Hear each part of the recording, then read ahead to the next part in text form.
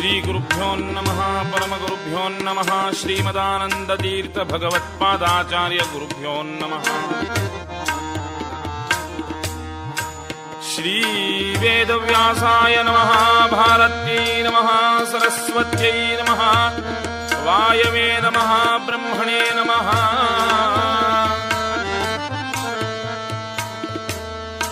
श्रीमद्धनुमद्भीमध्वान्तर्गत रामकृष्ण वेदव्यासात्मक लक्ष्मी हयग्रीवाय नमः।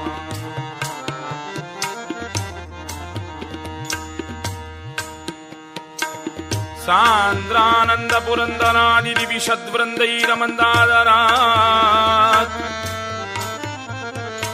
आनम्रैर्मुकुटेन्द्र नीलमणिभिः सन्दर्शितेन्दिरम्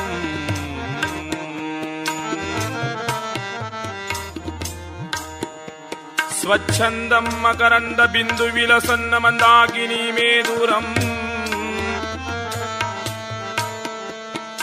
श्री गोविंद पदारविन्दमशुभः स्कन्दाय वन्दामहे।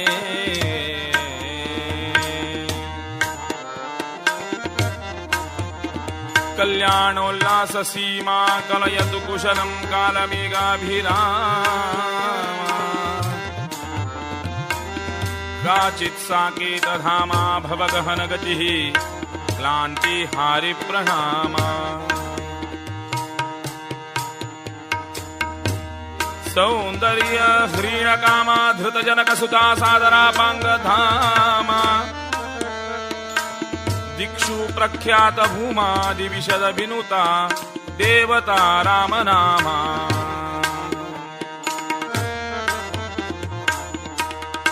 कामाक्ष्याः करुणाकटाक्षलहरी कामाय मे कल्पता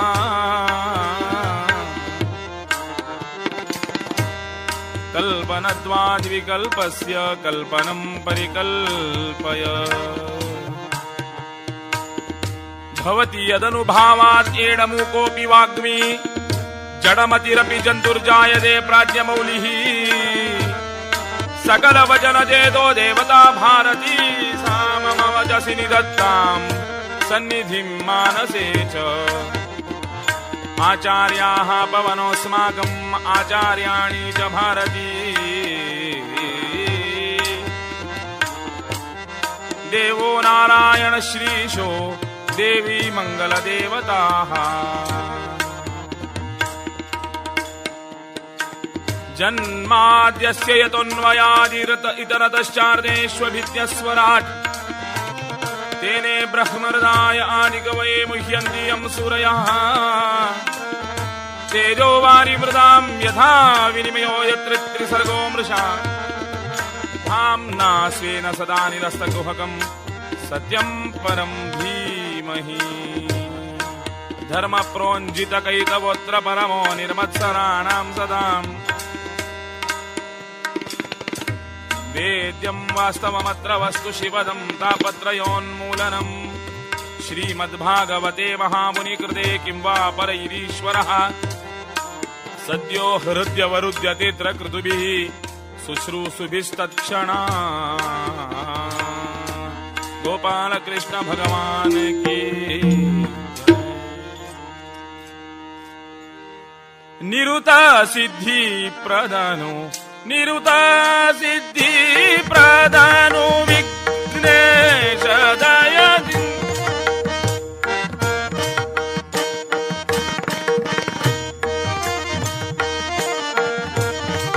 निरुता सिद्धि प्रदानो विघ्नेश दयाದಿಂದ ನೆನೆದ ಕಾರ್ಯಗಳೆಲ್ಲ ನೆರವೇರಿಸಲಿ ದಿನ ದಿನದಿ ಧನ್ವಂತ್ರಿ ಆಪತ್ತುಗಳ ಕಳೆದು ಮನೋಹರುಷವನ್ ದಿನದಿ ಮನ್ನಿಸದೆ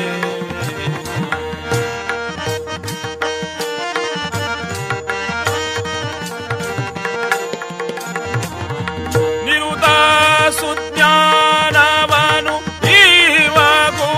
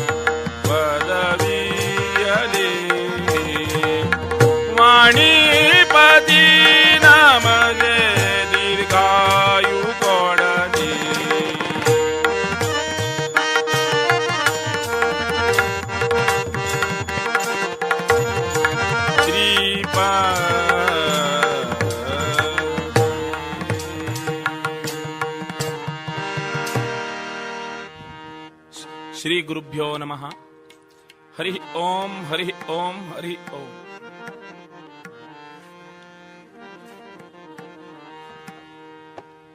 ಸಕಲರಲ್ಲಿ ಇದ್ದಂತಹ ಭಗವಂತನನ್ನು ವಿಶಿಷ್ಟವಾಗಿ ಶ್ರೋತ್ರವೃಂದದಲ್ಲಿ ತನ್ನದೇ ಆದ ಋಷಿಕೇಶ ರೂಪವನ್ನು ಧರಿಸಿ ಶ್ರೋತೃಗಳಿಗೆ ಯಥಾರ್ಥವಾದ ಜ್ಞಾನವನ್ನುಂಟು ಮಾಡತಕ್ಕಂಥ ಭಗವಂತನಿಗೆ ನಿಮ್ಮೆಲ್ಲರಿಗೂ ಕೂಡ ವಂದನೆಯನ್ನು ಮಾಡ್ತಾ ಶ್ರೀಮದ್ ಭಾಗವತವನ್ನು ನಾವು ಪ್ರಾರಂಭ ಮಾಡೋಣವಂತೆ. ಮಂಗಲಾಚರಣೆ ಮಾಡಬೇಕು ಅಂತ ಎಲ್ಲ ಗ್ರಂಥಗಳ ನಿಯಮ ಇದೆ. ಮಂಗಲಾಚರಣೆ ಮಾಡದೆ ಯಾವ ಗ್ರಂಥವನ್ನಾದರೂ ನಾವು ಪ್ರವೇಶ ಮಾಡುವ ಹಾಗಿಲ್ಲ. ಮಂಗಲ ಅಂದ್ರೆ ಇಷ್ಟಪ್ರಾಪ್ತಿ ಮಾಡಿಸ್ತದೆ, ಜೊತೆಗೆ ಅನಿಷ್ಟ ನಿವಾರಣೆಯೂ ಕೂಡ ನಡೆಸ್ತದೆ. ಸ್ವಯಮಂತರಾಯ ವಿಧುರೋಪಿ ಭಗವಾನ್ ವ್ಯಾಸ. ವೇದವ್ಯಾಸ ದೇವರಿಗೆ ಯಾವ ವಿಘ್ನವೂ ಇಲ್ಲ. ಗ್ರಂಥ ಪರಿಸಮಾಪ್ತಿ ಎಂಬ ಚಿಂತನೆಯೂ ಅವರಲ್ಲಿಲ್ಲ. ಆದರೆ ಓದುಗರಿಗೆ, ಜಿಜ್ಞಾಸುಗಳಿಗೆ, ಪಿಪಾಸುಗಳಿಗೆ, ಭಗವದ್ ಭಕ್ತರಿಗೆ ಶ್ರೀಮದ್ ಭಾಗವತ ಎಂಬುದು ನಿರ್ವಿಘ್ನವಾಗಿ ಪರಿಸಮಾಪ್ತಿಗೊಳ್ತಾ ವಿಘ್ನನಾಶನವಾಗಬೇಕು, ಇಷ್ಟಪ್ರಾಪ್ತಿಯಾಗಬೇಕು, ಅನಿಷ್ಟ ನಿವಾರಣೆ ಆಗಬೇಕು ಎಂಬುವ ಉದ್ದೇಶದಿಂದ ಭಗವಾನ್ ವೇದವ್ಯಾಸ ದೇವರು ಶ್ರೀಮದ್ ಭಾಗವತದ ಮಂಗಲವನ್ನು ಬರೀತಾರೆ, ಆಚರಣೆ ಮಾಡುತ್ತಾರೆ. ಆ ಮಂಗಲಪ್ರದನಾದ ಭಗವತ್ ಚಿಂತನೆ, ಭಗವನ್ನಾಮ ಸಂಕೀರ್ತನೆ, ಭಗವದುಪಾಸನೆ, ಭಗವನ್ ಮಹಾತ್ಮ್ಯ ಜ್ಞಾನ ಗುಣಸ್ತವನ ಈ ಮಂಗಲಾಚರಣೆಯಲ್ಲಿ ನಾವು ಕಾಣಬಹುದು. ಪ್ರಾಯ ನಾವು ರಾಮಾಯಣ ನೋಡಿದ್ದೇವೆ, ಮಹಾಭಾರತ ಕೇಳಿದ್ದೇವೆ, ಅನೇಕಾನೇಕ ಗ್ರಂಥಗಳ ಚರವಿತ ಚರವಣವು ಮಾಡಿರಬಹುದು. ಆದರೆ ಎಲ್ಲಕ್ಕಿಂತ ಮಿಗಿಲಾದಂತಹ ಒಂದು ಚಿಂತನೆ ಭಾಗವತ ನಮಗೆ ಕೊಡ್ತದೆ ನೋಡಿ. ಒಂದೇ ಶ್ಲೋಕದಿಂದ ಪೂರ್ಣ ಭಾಗವತವನ್ನು ನಾವು ಅರಿಬಹುದು. ಈ ಒಂದೇ ಶ್ಲೋಕಿನಲ್ಲಿ ಸಾಗ್ರ ಸಮಗ್ರವಾದ ಭಾಗವತವನ್ನೇ ಅವರು ಸೂತ್ರಪ್ರಾಯವಾಗಿ ವೇದವ್ಯಾಸ ದೇವರು ಹೇಳಿದ್ದಾರೆ. ನಿನ್ನೆ ನಾವು ಸ್ವಲ್ಪ ಕೇಳಿದ್ದೇವೆ, ಅದನ್ನೇ ಮುಂದುವರಿಸ್ತಾ ಇವತ್ತು ಭಾಗವತ ಕಥಾ ಪ್ರವೇಶ ಮಾಡೋಣ. ಜಯತೀರ್ಥರು ಬರೀತಾರೆ, ಕ್ವಚನಾಪಿ ಕಾವ್ಯ ರಚನಾನ ದೃಶ್ಯತೆ. ಭಾಗವತದಂತಹ ಮಿಗಿಲು ಅನ್ಯಾದೃಶವಾದ ಕವಿತಾವನಿತ ಸ್ವಯಂಗೃಹ ಪರಿಶ್ವಂಗ ಮಂಗಲ ಭಾಗದೇಯತ್ವಾದಿ ಓಜ ಪ್ರಸಾದ ಗುಣ ಮಾಧುರ್ಯ ದ್ರಾಕ್ಷಾಪಾಕ ಮಧುಪಾಕ ವಿವಿಧ ವಾಕೋಪವಾಕ ಸಂಗಮ ರುಚಿರಚಿರಿತ ರೋಚನೀಯ ಚಾರು ಕಾವ್ಯ ಕಲನ ಬೇರೆ ಯಾವ ಗ್ರಂಥದಲ್ಲಿ ಕಾಣ್ಲಿಕ್ಕೆ ಆಗೋದೇ ಇಲ್ಲ. ಇಲ್ಲಿ ಎಲ್ಲ ಶಬ್ದಗಳು, ಎಲ್ಲ ವರ್ಣಗಳೂ ಕೂಡ ತಮ್ಮದೇ ಆದಂತಹ ಔಚಿತ್ಯಪೂರ್ಣವಾದ ಬಹುವರ್ಥ ಗರ್ಭಿತವಾಗಿ ರಸಸುಂದರ ಭಾವ ಬಂಧುರವಾಗಿ ಬರೆಯಲ್ಪಟ್ಟಿವೆ. ಅಂತಹ ಶ್ರೀಮದ್ ಭಾಗವತವಿದು. ಜ್ಞಾನಿಗಳಿಗೆ ಮೋಕ್ಷ ಸಾಧನೆಯನ್ನು ಕೊಡ್ತಕ್ಕಂಥವು, ಭಗವದ್ ಭಕ್ತರಿಗೆ ಆನಂದಾತಿಶಯವನ್ನು ಕೂಡ ದೊರೆಯಿಸಿಕೊಡುವಂಥವು. ಅಂತಹ ಭಾಗವತ ಮೊಟ್ಟ ಒಂದೇ ಶ್ಲೋಕ ಇದ್ರೆ ಸಾಕು, ಪೂರ್ಣ ಭಾಗವತವನ್ನು ಕೇಳಿದ್ದಂಗಾಯಿತು. ಆ ದೇವರ ವೈಶಿಷ್ಟ್ಯವನ್ನು ಹೇಳ್ತಾ ಅಲ್ಲೇ ಒಂದು ಕಥೆಯನ್ನು ಹೇಳ್ತಾರೆ ನೋಡಿ ವೇದವ್ಯಾಸ ದೇವರು. ದೇವರು ಎಷ್ಟು ದೊಡ್ಡವರು ಅಂತ. ದೊಡ್ಡವರು ಯಾರು ಜಗತ್ತಿನಲ್ಲಿ? ತಮ್ಮ ಹಾಗೆ ಅನ್ಯರನ್ನು ಯಾರು ದೊಡ್ಡವರು ಮಾಡ್ತಾರೋ ಅವರೇ ನಿಜವಾಗಿ ದೊಡ್ಡವರು. ಈಗಿನ ದಿನ ಹಾಗಲ್ಲ. ದೊಡ್ಡವರು ಅಂದ್ರೆ ಯಾರು? ಅನ್ಯರನ್ನು ತಮ್ಮ ಕಾಲು ತುಳಿತಕ್ಕೆ ಇಡ್ತಾರೋ ಅವರು ದೊಡ್ಡವರು. ದೇವರು ಯಾಕೆ ದೊಡ್ಡವರು? ತಮ್ಮ ಹಾಗೆ ಅನ್ಯರನ್ನು ಮಾಡೋರು. ದೇವರಿಗೆ ಒಂದು ಹೆಸರಿದೆ ಅಲ್ವೇ, ಆನಂದ ಅಂತ. ಆನಂದ ಅಂದ್ರೆ ಏನು? ಸ್ವರೂಪ ಆನಂದ ಅಂತ ಅರ್ಥ. ಸಂಸಾರದ ವಿವಿಧ ತಾಪತ್ರಯಗಳಿಂದ ಯಾರು ಮುಕ್ತನಿದ್ದಾನೋ ಅವನೇ ಆನಂದ. ದೇವರ ಜೊತೆಗೆ ನಾವಿದ್ರೆ ದೇವರು ಅವನ ಹಾಗೆ ನಮ್ಮನ್ನು ಮಾಡ್ತಾನೆ, ನಾವು ಆನಂದಮಯವಾಗ್ತೇವೆ. ಇದೇ ದೇವರಲ್ಲಿದ್ದಂಥ ದೊಡ್ಡಸ್ತಿಕೆ. ದೇವರು ಮತ್ತು ನಾವು ಎಂಬುದು, ಅವನು ದೇವ, ನಾವು ಜೀವ. ಅವನ ಉಪಾಸನೆಗೈದ್ರೆ ಅವನ ಹಾಗೆ ಮಾಡ್ತಾನೆ ಎಂಬುದು ನಿರ್ವಿವಾದ. ಅದನ್ನೇ ಭಾಗವತ ತಿಳಿಪಡಿಸ್ತದೆ. ಜನ್ಮಾದ್ಯಸ್ಯ ಯತೋನ್ವಯಾತ್ ಇತರತಶ್ಚ ಅರ್ಥೇಷು ಅಭಿಜ್ಞಃ ಸ್ವರಾಟ್. ನೋಡಿ, ಜನ್ಮ ಅಂದ್ರೇನು? ಯಾವುದು ಬೆಳೆಸ್ತದೋ ಅದು ಜನ್ಮ. ಇದ್ದದ್ದನ್ನು ಬೆಳೆಸೋದಕ್ಕೆ ಜನ್ಮ ಅಂತ ಕರಿಬೇಕು. ನಮಗೆ ಜನ್ಮವಿತ್ತವರು ಯಾರು? ನಮ್ಮ ತಾಯಿ ಅಂತ. ಅಂದ್ರೆ ನಮ್ಮ ಸೃಷ್ಟಿ ಮಾಡಿದ್ದಾರೋ, ನಮ್ಮನ್ನು ತಮ್ಮ ಉದರದಲ್ಲಿಟ್ಟು ದಶಮಾಸ ಪರ್ಯಂತ ಲಾಲನ ಪಾಲನ ಪೋಷಣಾದಿಗಳನ್ನು ಮಾಡಿ ಈ ಜಗತ್ತಕ್ಕೆ ತರ್ತಾಳೆ ನೋಡಿ. ಅವಳಿಗೆ ಅಮ್ಮ ಅಂತ ಕರೆದಿದ್ದಾರೆ. ಯಾಕೆ? ನಮಗೆ ಜನ್ಮಕ್ಕೆ ತರ್ತಾಳೆ, ಬೆಳೆಸ್ತಾಳೆ ಅಂತ ಅರ್ಥ. ಸೂಕ್ಷ್ಮ ರೂಪವಾದ ಪಂಚಾಗ್ನಿ ವಿದ್ಯೆಯಿಂದೊಡಗೂಡಿದ ಆ ಜೀವ ಭಗವಂತನ ಪ್ರಸಾದವಾಗಿ ಮಾತ್ರ ಗರ್ಭದಲ್ಲಿ ಪ್ರವೃದ್ಧಮಾನವಾಗುವುದಂತೆ. ಹಾಗೆ ದೇವರೇನು ಮಾಡ್ತಾರೆ? ಸ್ವಲ್ಪ ಲಕ್ಷ್ಯ ಕೊಟ್ಟು ಕೇಳಿ. ಇವತ್ತು ಸ್ವಲ್ಪ ವೇದಾಂತ ಹೇಳಲಿಕ್ಕೆ ಬಯಸ್ತೇನೆ. ಎಷ್ಟೋ ಜನ ತಿಳಿದಿದ್ದಾರೆ ವೇದಾಂತ ಅಂದ್ರೇನು, ತಮ್ಮಗರಿಯದ ಅನ್ಯರಿಗೆ ಗೊತ್ತಾಗದೇ ಇದ್ದಂಥ ವಿಚಾರವನ್ನು ಹೇಳೋದೇ ವೇದಾಂತ ಅಂತ. ಹಾಗಲ್ಲ, ಸರಸ ಸುಂದರವಾಗಿ ವೇದಾಂತ ಹೇಳಲ್ಪಟ್ಟಿದೆ. ಅದನ್ನು ಕಡೆಗೆ ಬಂದವರು ಅದನ್ನು ಜಟಿಲಗೊಳಿಸಿದ್ದಾರೆ. ಅದಕ್ಕೆ ನಾವೇನು ಮಾಡೋದು? ಇದ್ದಿದ್ದಾಗಿ ಹೇಳೋದು ವೇದಾಂತ. ವೇದಗಳು ನಿರ್ಣಯಾತ್ಮಕವಾಗಿ ಏನು ಹೇಳುತ್ತವೋ ಅವೇ ವೇದಾಂತ. ಅದಕ್ಕೆ ಈ ಭಾಗವತದ ಪ್ರಥಮ ಶ್ಲೋಕದಲ್ಲೇ ಪರಮಾತ್ಮನ ಮಹಿಮಾತಿಶಯ ಗುಣಗಾನ ಮಾಡಿದ್ದಾರೆ ನೋಡಿ. ಜನ್ಮ ಅಂದ್ರೆ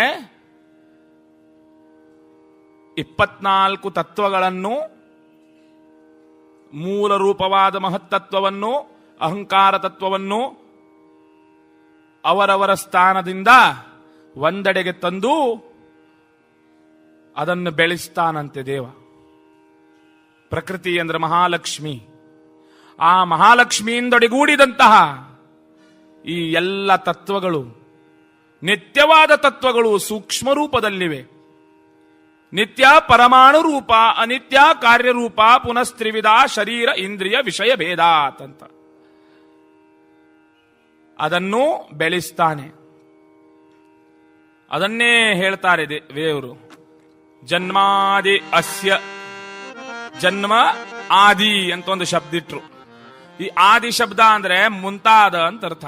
ಇನ್ನು ಕೆಲವು ಇದ್ದಾವೆ ಅಂತ ಅರ್ಥ. ಜನ್ಮ, ಸ್ಥಿತಿ, ಬೆಳೆಸಿದ್ದನ್ನು ಇನ್ನಷ್ಟು ಪ್ರೌಢಗೊಳಿಸೋದು ಅಂತ ಅರ್ಥ. ಲಯ, ಅದನ್ನು ಡಿಕಾಂಪೋಸ್ ಮಾಡೋದು ಅಂತ ಅರ್ಥ. ಲಯ ಅಂದ್ರೆ ನಾಶ ಅಲ್ಲ. ಎಷ್ಟೋ ಜನ ತಿಳಿದಿದ್ದಾರೆ ಲಯ ಮಾಡೋದಂದ್ರೇನು ನಾಶ ಮಾಡೋದು ಅಂತ ಅರ್ಥ. ನಾಶ ಅಲ್ಲ, ಮೂಲವಾದ ಸೂಕ್ಷ್ಮ ರೂಪದಿಂದಿದ್ದಂಥ ತತ್ವಗಳು ಪುನಃ ಮೂಲ ರೂಪದಲ್ಲಿ ಯಾವುದು ಹೋಗ್ತವೋ ಅವುಗಳಿಗೆ ಲಯ ಅಂತ ಕರೆದಿದ್ದಾರೆ. ಅದಕ್ಕೆ ಪ್ರಕೃಷ್ಟವಾದ ಲಯ ಪ್ರಲಯ ಅಂತ. ದೇವರು ಜನ್ಮವನ್ನು ಮಾಡ್ತಾರೆ, ಬೆಳೆಸ್ತಾರೆ. ಸೃಷ್ಟಿ ಅದನ್ನೇ ಬೆಳೆಸೋದು. ಆದಿ ಶಬ್ದದಿಂದ 8 ಗುಣಗಳು ದೇವರಲ್ಲಿ ಪರ್ಯವಸಾನ ಮಾಡಬೇಕಾಗಿದೆ. ಸ್ಥಿತಿ ಅದನ್ನು ಪ್ರೌಢಗೊಳಿಸೋದು. ಲಯ ಅದನ್ನು ಪುನಃ ಡಿಕಾಂಪೋಸ್. ಕಾರಣ, ಜ್ಞಾನ, ಅಜ್ಞಾನ, ಬಂಧ ಮತ್ತು ಮೋಕ್ಷ ಎಂಬುವ ಸೃಷ್ಟ್ಯಾದಿ 8 ಕಾರ್ಯಗಳನ್ನು ಮಾಡುವಂತಹ ಭಗವಂತ ಅವನು ಯಾರಿಂದಲೂ ತಿಳಿಯಲು ಸಾಧ್ಯನಿಲ್ಲ. ಅಸಾಧ್ಯನಾದವನು. ಅವನನ್ನು ತಿಳಿಯೋ ಕ್ರಮ ಹೇಗೆ? ಅದು ಉಪನಿಷತ್ತುಗಳು ಹೇಳ್ತಾವ ನೋಡಿ, ಅವನನ್ನು ಹೇಗೆ ತಿಳಿಬೇಕು ಅಂತ. ದೇವರಂದ್ರೆ ಯಾರು? ನೆಗೇಷನ್ ಅಲ್ಲಿ ತಿಳಿಯೋದು. ಅಭಿಜ್ಞ, ತಿಳಿಯಲು ಸಾಧ್ಯನಾದವನು ಅಂತ ಅರ್ಥ. ಹಾಗಾದ್ರೆ ಅವನನ್ನು ಹೇಗೆ ತಿಳಿಯೋದು? ಅದಕ್ಕೊಂದು ನೆಗೇಷನ್ ಎಂಬುದೊಂದು ಸಿದ್ಧಾಂತ ಹೇಳ್ತಾರೆ. ತರ್ಕ ಹೇಳ್ತಾರೆ. ದೇವರಂದ್ರೆ ಯಾರು? ದೇವರಂದ್ರೆ ಮೈಕ್ ಅಲ್ಲ. ದೇವರಂದ್ರೆ ಯಾರು? ದೇವರಂದ್ರೆ ತಾನ್ಪುರ ಅಲ್ಲ. ದೇವರಂದ್ರೆ ಯಾರು? ದೇವರಂದ್ರೆ ಹಾರ್ಮೋನಿಯಂ ಅಲ್ಲ. ದೇವರಂದ್ರೆ ಯಾರು? ಈ ತಬ್ಲಾ ಅಲ್ಲ. ದೇವರಂದ್ರೆ ಯಾರು? ಈ ಕುರ್ಚಿಗಳಲ್ಲ. ದೇವರಂದ್ರೆ ಯಾರು? ಈ ಮಣ್ಣಲ್ಲ. ದೇವರಂದ್ರೆ ಯಾರು? ಈ ಕಲ್ಲಲ್ಲ. ಇದು ಯಾವುದು ಅಲ್ಲವೋ ಅದೆಲ್ಲ ದೇವರು. ಯಾವ್ದನ್ನು ನಾವು ನೋಡ್ತೇವೋ ಯಾವುದು ಅಲ್ಲ ಅದೇ ಅಲ್ಲ. ಏನ್ ತಪ್ಪಿದೆ ಹೇಳಿ ಅಲ್ಲ ಅಂತ ಹೇಳೋದ್ರಲ್ಲಿ? ನಾವು ಯಾಕೆ ಸಂಕುಚಿತ ಆಗೋದು? ಭಗವಂತನನ್ನು ಸರ್ವತಂತ್ರ ಸ್ವತಂತ್ರ ಸರ್ವಶಬ್ದ ಪ್ರತಿಪಾದ್ಯ ಅಂತ ಹೇಳುವಾಗ ನಾವು ಅವನನ್ನು ನಮ್ಮದೇ ಆದ ವಿಚಾರ ಬುದ್ಧಿಯಲ್ಲಿ ಅವನನ್ನು ಯಾಕೆ ಸೀಮಿತಗೊಳಿಸೋದು? ಅದು ಅಪರಾಧವಲ್ಲವೇ? ಸರ್ವೋತ್ತಮನನ್ನು ಒಂದು ಸಣ್ಣ ಮೂರ್ತಿಯನ್ನಾಗಿಸಿ ವಿಶ್ವತೋಮುಖನಾದ ಪರಮಾತ್ಮನನ್ನು ಒಂದು ಮೂರ್ತಿ ಮಾಡಿ ಅವನನ್ನು ಬೊಕ್ಕಸದಲ್ಲಿಟ್ಟು ಅದಕ್ಕೊಂದು ಬೀಗವನ್ನು ಜಗದು ಅದಕ್ಕೆ ಬೀಗ ಸರಿ ಬಿದ್ದಿದೆಯಲ್ಲ ನೇತಾಡಿ ನೋಡಿ ನನ್ನ ದೇವರು ಚೆನ್ನಾಗಿದ್ದಾನೆ ಅಂತ ಹೇಳಿ ಅಪರಾಧವಲ್ಲವೇ? ಅದಕ್ಕೆ ಭಾಗವತ ಎಂಬುದು ಏನು ಹೇಳಿಕೊಡ್ತದೆ ನಮಗೆ? Stretch your divine intervention. ನಮ್ಮಲ್ಲಿದ್ದಂತಹ ಮೌಢ್ಯವನ್ನು ಅಲ್ಲಗಳಿಸ್ತದೆ, ದೂರ ಮಾಡುತ್ತದೆ, ನಮ್ಮಲ್ಲಿ ಒಂದು ಹೊಸ ಔಟ್ಲುಕ್ ಕೊಡ್ತದಂತ. ಅದೇ ಭಾಗವತ. ಎಲ್ಲರೂ ವೈಷ್ಣವರು ಅಂತ ತಿಳಿಸೋದೇ ಭಾಗವತ. ವಿಶ್ವವ್ಯಾಪಿಯಾದಂತಹ ಭಗವತ್ ಚಿಂತನೆ ಆಗೋದು. ಅಂತಹವನು ಅಭಿಜ್ಞ ಅಂತ. ಅದಕ್ಕೊಂದು ಉದಾಹರಣೆ ಕೊಡ್ತೇನೆ ನೋಡಿ. ದೇವರಂದ್ರೆ ಹೇಗಿದ್ದಾನೆ ಅಂತ ತಿಳಿಯೋದು ಹೇಗೆ? ಅವನನ್ನು ಹೇಗೆ ಶಬ್ದದಿಂದ ಕಟ್ಲಿಕ್ಕೆ ಸಾಧ್ಯ? ನಾನ್ ಚಹಾ ಕುಡಿಯೋದಿಲ್ಲ ಅಂತ ತಿಳ್ಕೊಳ್ಳಿ. ನಾನು ಕುಡಿತೇನೆ, ಆದ್ರೂ ನಾನ್ ಚಹಾ ಕುಡಿಯೋದಿಲ್ಲ. ಆಗ ನಾನು ನಿಮ್ಮಲ್ಲಿ ಯಾರಾದ್ರೂ ಚಹಾ ಕುಡಿಯೋರಿದ್ರೆ ಅವ್ರಿಗೆ ಬಂದು ಕೇಳ್ತೇನೆ, ಚಹಾ ಹೇಗಿದೆ? ಚಹಾ ಬಹಳ ಚೆನ್ನಾಗಿದೆ ರೀ, ಸ್ವೀಟ್ ಇದೆ, ಸಿಹಿ ಆಗಿದೆ. ಆಗ ನನ್ನ ಜಿಜ್ಞಾಸೆ ಪ್ರಾರಂಭ ಆಗ್ತದೆ. ಕಾಫಿ ಸಿಹಿ ಇಲ್ವಾ? ಸಕ್ಕರೆ ಸಿಹಿ ಇಲ್ವಾ? ಬೆಲ್ಲ ಸಿಹಿ ಇಲ್ವಾ? ಕಬ್ಬಿನ ಹಾಲು ಸಿಹಿ ಇಲ್ವಾ? ನಿಮ್ಮ ಮಾತು ಸಿಹಿ ಇಲ್ವಾ? ಆಗ ಅವನು ಒಂದು ಮುಂದಕ್ಕೆ ಹೋಗ್ತಾನೆ ಎಕ್ಸ್ಪ್ಲೇನ್ ಮಾಡ್ಲಿಕ್ಕೆ. ಇಲ್ಲ, ಚಹಾ ಅಂದ್ರೆ ಕುಡಿದ ತಕ್ಷಣ ಸ್ಫೂರ್ತಿ ಬರ್ತದೆ. ಹೌದಾ? ನಾನ್ ತಿಳಿದಿದ್ದೆ ಬೇರೆ ಯಾವ್ಯಾವ್ದು ಡ್ರಿಂಕ್ಸ್ ಗಳಿದ್ದಾವೆ, ಅವು ಕುಡಿದ್ರು ಈಗಿನ ಜನರಿಗೆ ಸ್ಫೂರ್ತಿ ಬರ್ತದೆ. ಆಗ ತಲೆ ಹಾಳಾಯ್ತು ಮುಂದಿದ್ದವನಿಗೆ. ಅದೆಲ್ಲ ಹೇಳಲಿಕ್ಕೆ ಆಗೋದಿಲ್ರಿ, ಅದನ್ನ ನೀವೇ ಕುಡಿದು ನೀವೇ ಅನುಭವಿಸಿ, ಅದು ಹೇಳಲಿಕ್ಕೆ ಆಗೋದಿಲ್ಲ. ಅಂದ್ರೆ ಏನರ್ಥ? ಒಂದು ಸಾಮಾನ್ಯ ಚಹಾ ಹೇಗಿದೆ ಅಂತ ನಮ್ಗೆ ಡಿಫೈನ್ ಮಾಡ್ಲಿಕ್ಕೆ ಆಗದೆ ಇದ್ರೆ ಆ ದೇವನನ್ನು ಹೇಗೆ ಡಿಫೈನ್ ಮಾಡ್ತೀರಾ? ಅದನ್ನೇ ಹೇಳ್ತಾರೆ. ಸುಂದರವಾಗಿ ಹೇಳ್ತಾರೆ ನೋಡಿ. ನಾವು ಅವರ ಬಗ್ಗೆ ಸ್ವಲ್ಪ ಹೀನಾಯಮಾನ ದೃಷ್ಟಿ ಇಳ್ಕೊಂಡಿದ್ದೇವೆ. ಮ್ಯಾಕ್ಸ್ ಮ್ಯೂಲರ್ ಅಂತ. ನಮ್ಮ ಜನರಿಗೆ ಏನಾಗಿದೆ ಅಂದ್ರೆ ನಿಂದೆ ಮಾಡೋದೇ ಒಂದು ದೊಡ್ಡ ಉಪಲಬ್ಧಿಯಾಗಿಬಿಟ್ಟಿದೆ, ಅವನು ಸರಿ ಇಲ್ಲ ಅಂತ. ಆದ್ರೆ Max Muller sacred books of the east ಅಂತ 4 ವೇದದ ಮೇಲೆ ಪಾಪ ಬರೆದಿದ್ದಾರೆ. ಅದನ್ನು ಸರಿಯೋ ತಪ್ಪೋ ಎರಡನೇದು. ಅವ್ರ ಸಾಹಸಕ್ಕೆ ನಾವು ತಲೆ ಬಾಗಲೇಬೇಕು. ಅವ್ರು ಹೇಳ್ತಾರೆ ನೋಡಿ, India, a land of hoary antiquity, the cradle of sages and saints who delved into the depths of Sat and revealed the eternal spiritual truths that lie embalmed in the Bhagavata Dharma. Its development is not material but metaphysical. Its glorious message to the present day world acts like a soothing balm which is pacified with its vivid dreams. It's a veritable paradox that this land of pristine glory should be a silent witness of the stern ridicule of materialistic thinkers who float outright the need of God from the spectrum of life. Thus we ponder between the two worlds, the one that endeth, the powerless to be born. ಅಂತ Greece ಫಿಲಾಸಫಿಯ ಕೆಲವು ಚಿಂತನೆಯನ್ನು ಹೇಳ್ತಾರೆ. ದೇವರು ಎಂಬುದು ಅದು ಜ್ಞಾನಕ್ಕೆ ಗೋಚರ, ಶಬ್ದಕ್ಕಲ್ಲ. ಎಷ್ಟು ಶಬ್ದ ಓದಿದ್ರೂ ಅವನ ಅನುಗ್ರಹ ಆಗೋದಿಲ್ಲ, ಅವನ ಕೃಪೆ ಆಗಬೇಕು. ಅವನ ಕೃಪೆ ಆಗೋದು ಯಾವಾಗ ನೋಡಿ, ಅದನ್ನು ಮುಂದಿನ ಮಾತಿನಲ್ಲಿ ಹೇಳಿದ್ರು. ಒಂದು ಅಭಿಜ್ಞ ಸ್ವರಾಟ್, ಆ ಜಗತ್ತನ್ನು ನಿರ್ಮಿಸಿದ ಅವನೇ ಅದರಲ್ಲಿ ಪ್ರವಿಷ್ಟನಾದ. ಹೇಗೆ ಅಂತ ಕಥೆ ಪ್ರಾರಂಭ ಮಾಡಿದ್ರು ಭಾಗವತ. ಮಹಾತ್ಮನಿಂದ ತಿಳಿಯಲ್ಪಡತಕ್ಕಂಥ ವಿಷಯಗಳಿವು.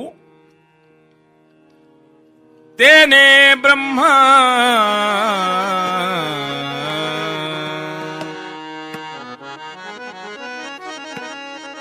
ಒಂದು ಕತೆ ಹೇಳ್ತಾರೆ ನೋಡಿ ಇದರಲ್ಲೇ.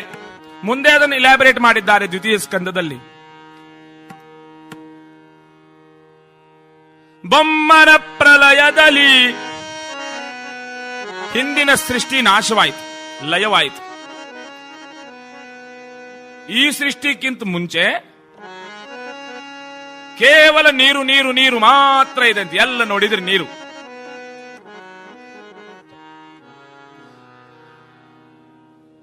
ಎಲ್ಲ ನೋಡಿದ್ರು ಅನಂತವಾಗಿ ಸಾಗರ ಕಾಣ್ತಾ ಇದೆ, ನೀರು ಕಾಣ್ತಾ ಇದೆ. ಆ ನೀರಿನಿಂದ ಒಂದು ಉತ್ಪನ್ನದಾವತ್ ಕಮಲೆ ಕ್ಷಣೆ ಕ್ಷಣೋ ಪಂಕೋರುಹೋ ಭವತ್ ಸರ್ವಮಾನ್ವಿತಂ.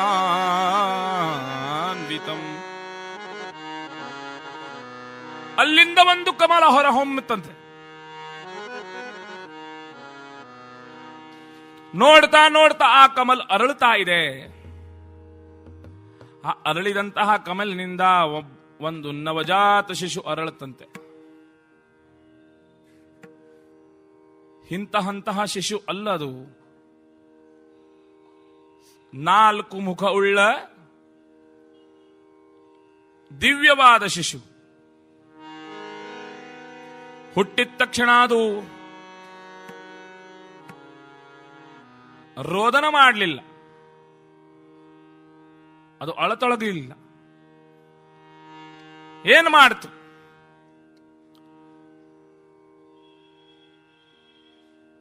ಭಾಗವತ ಹೇಳುತ್ತದೆ ನೋಡಿ, ತೇನೇ ಬ್ರಹ್ಮ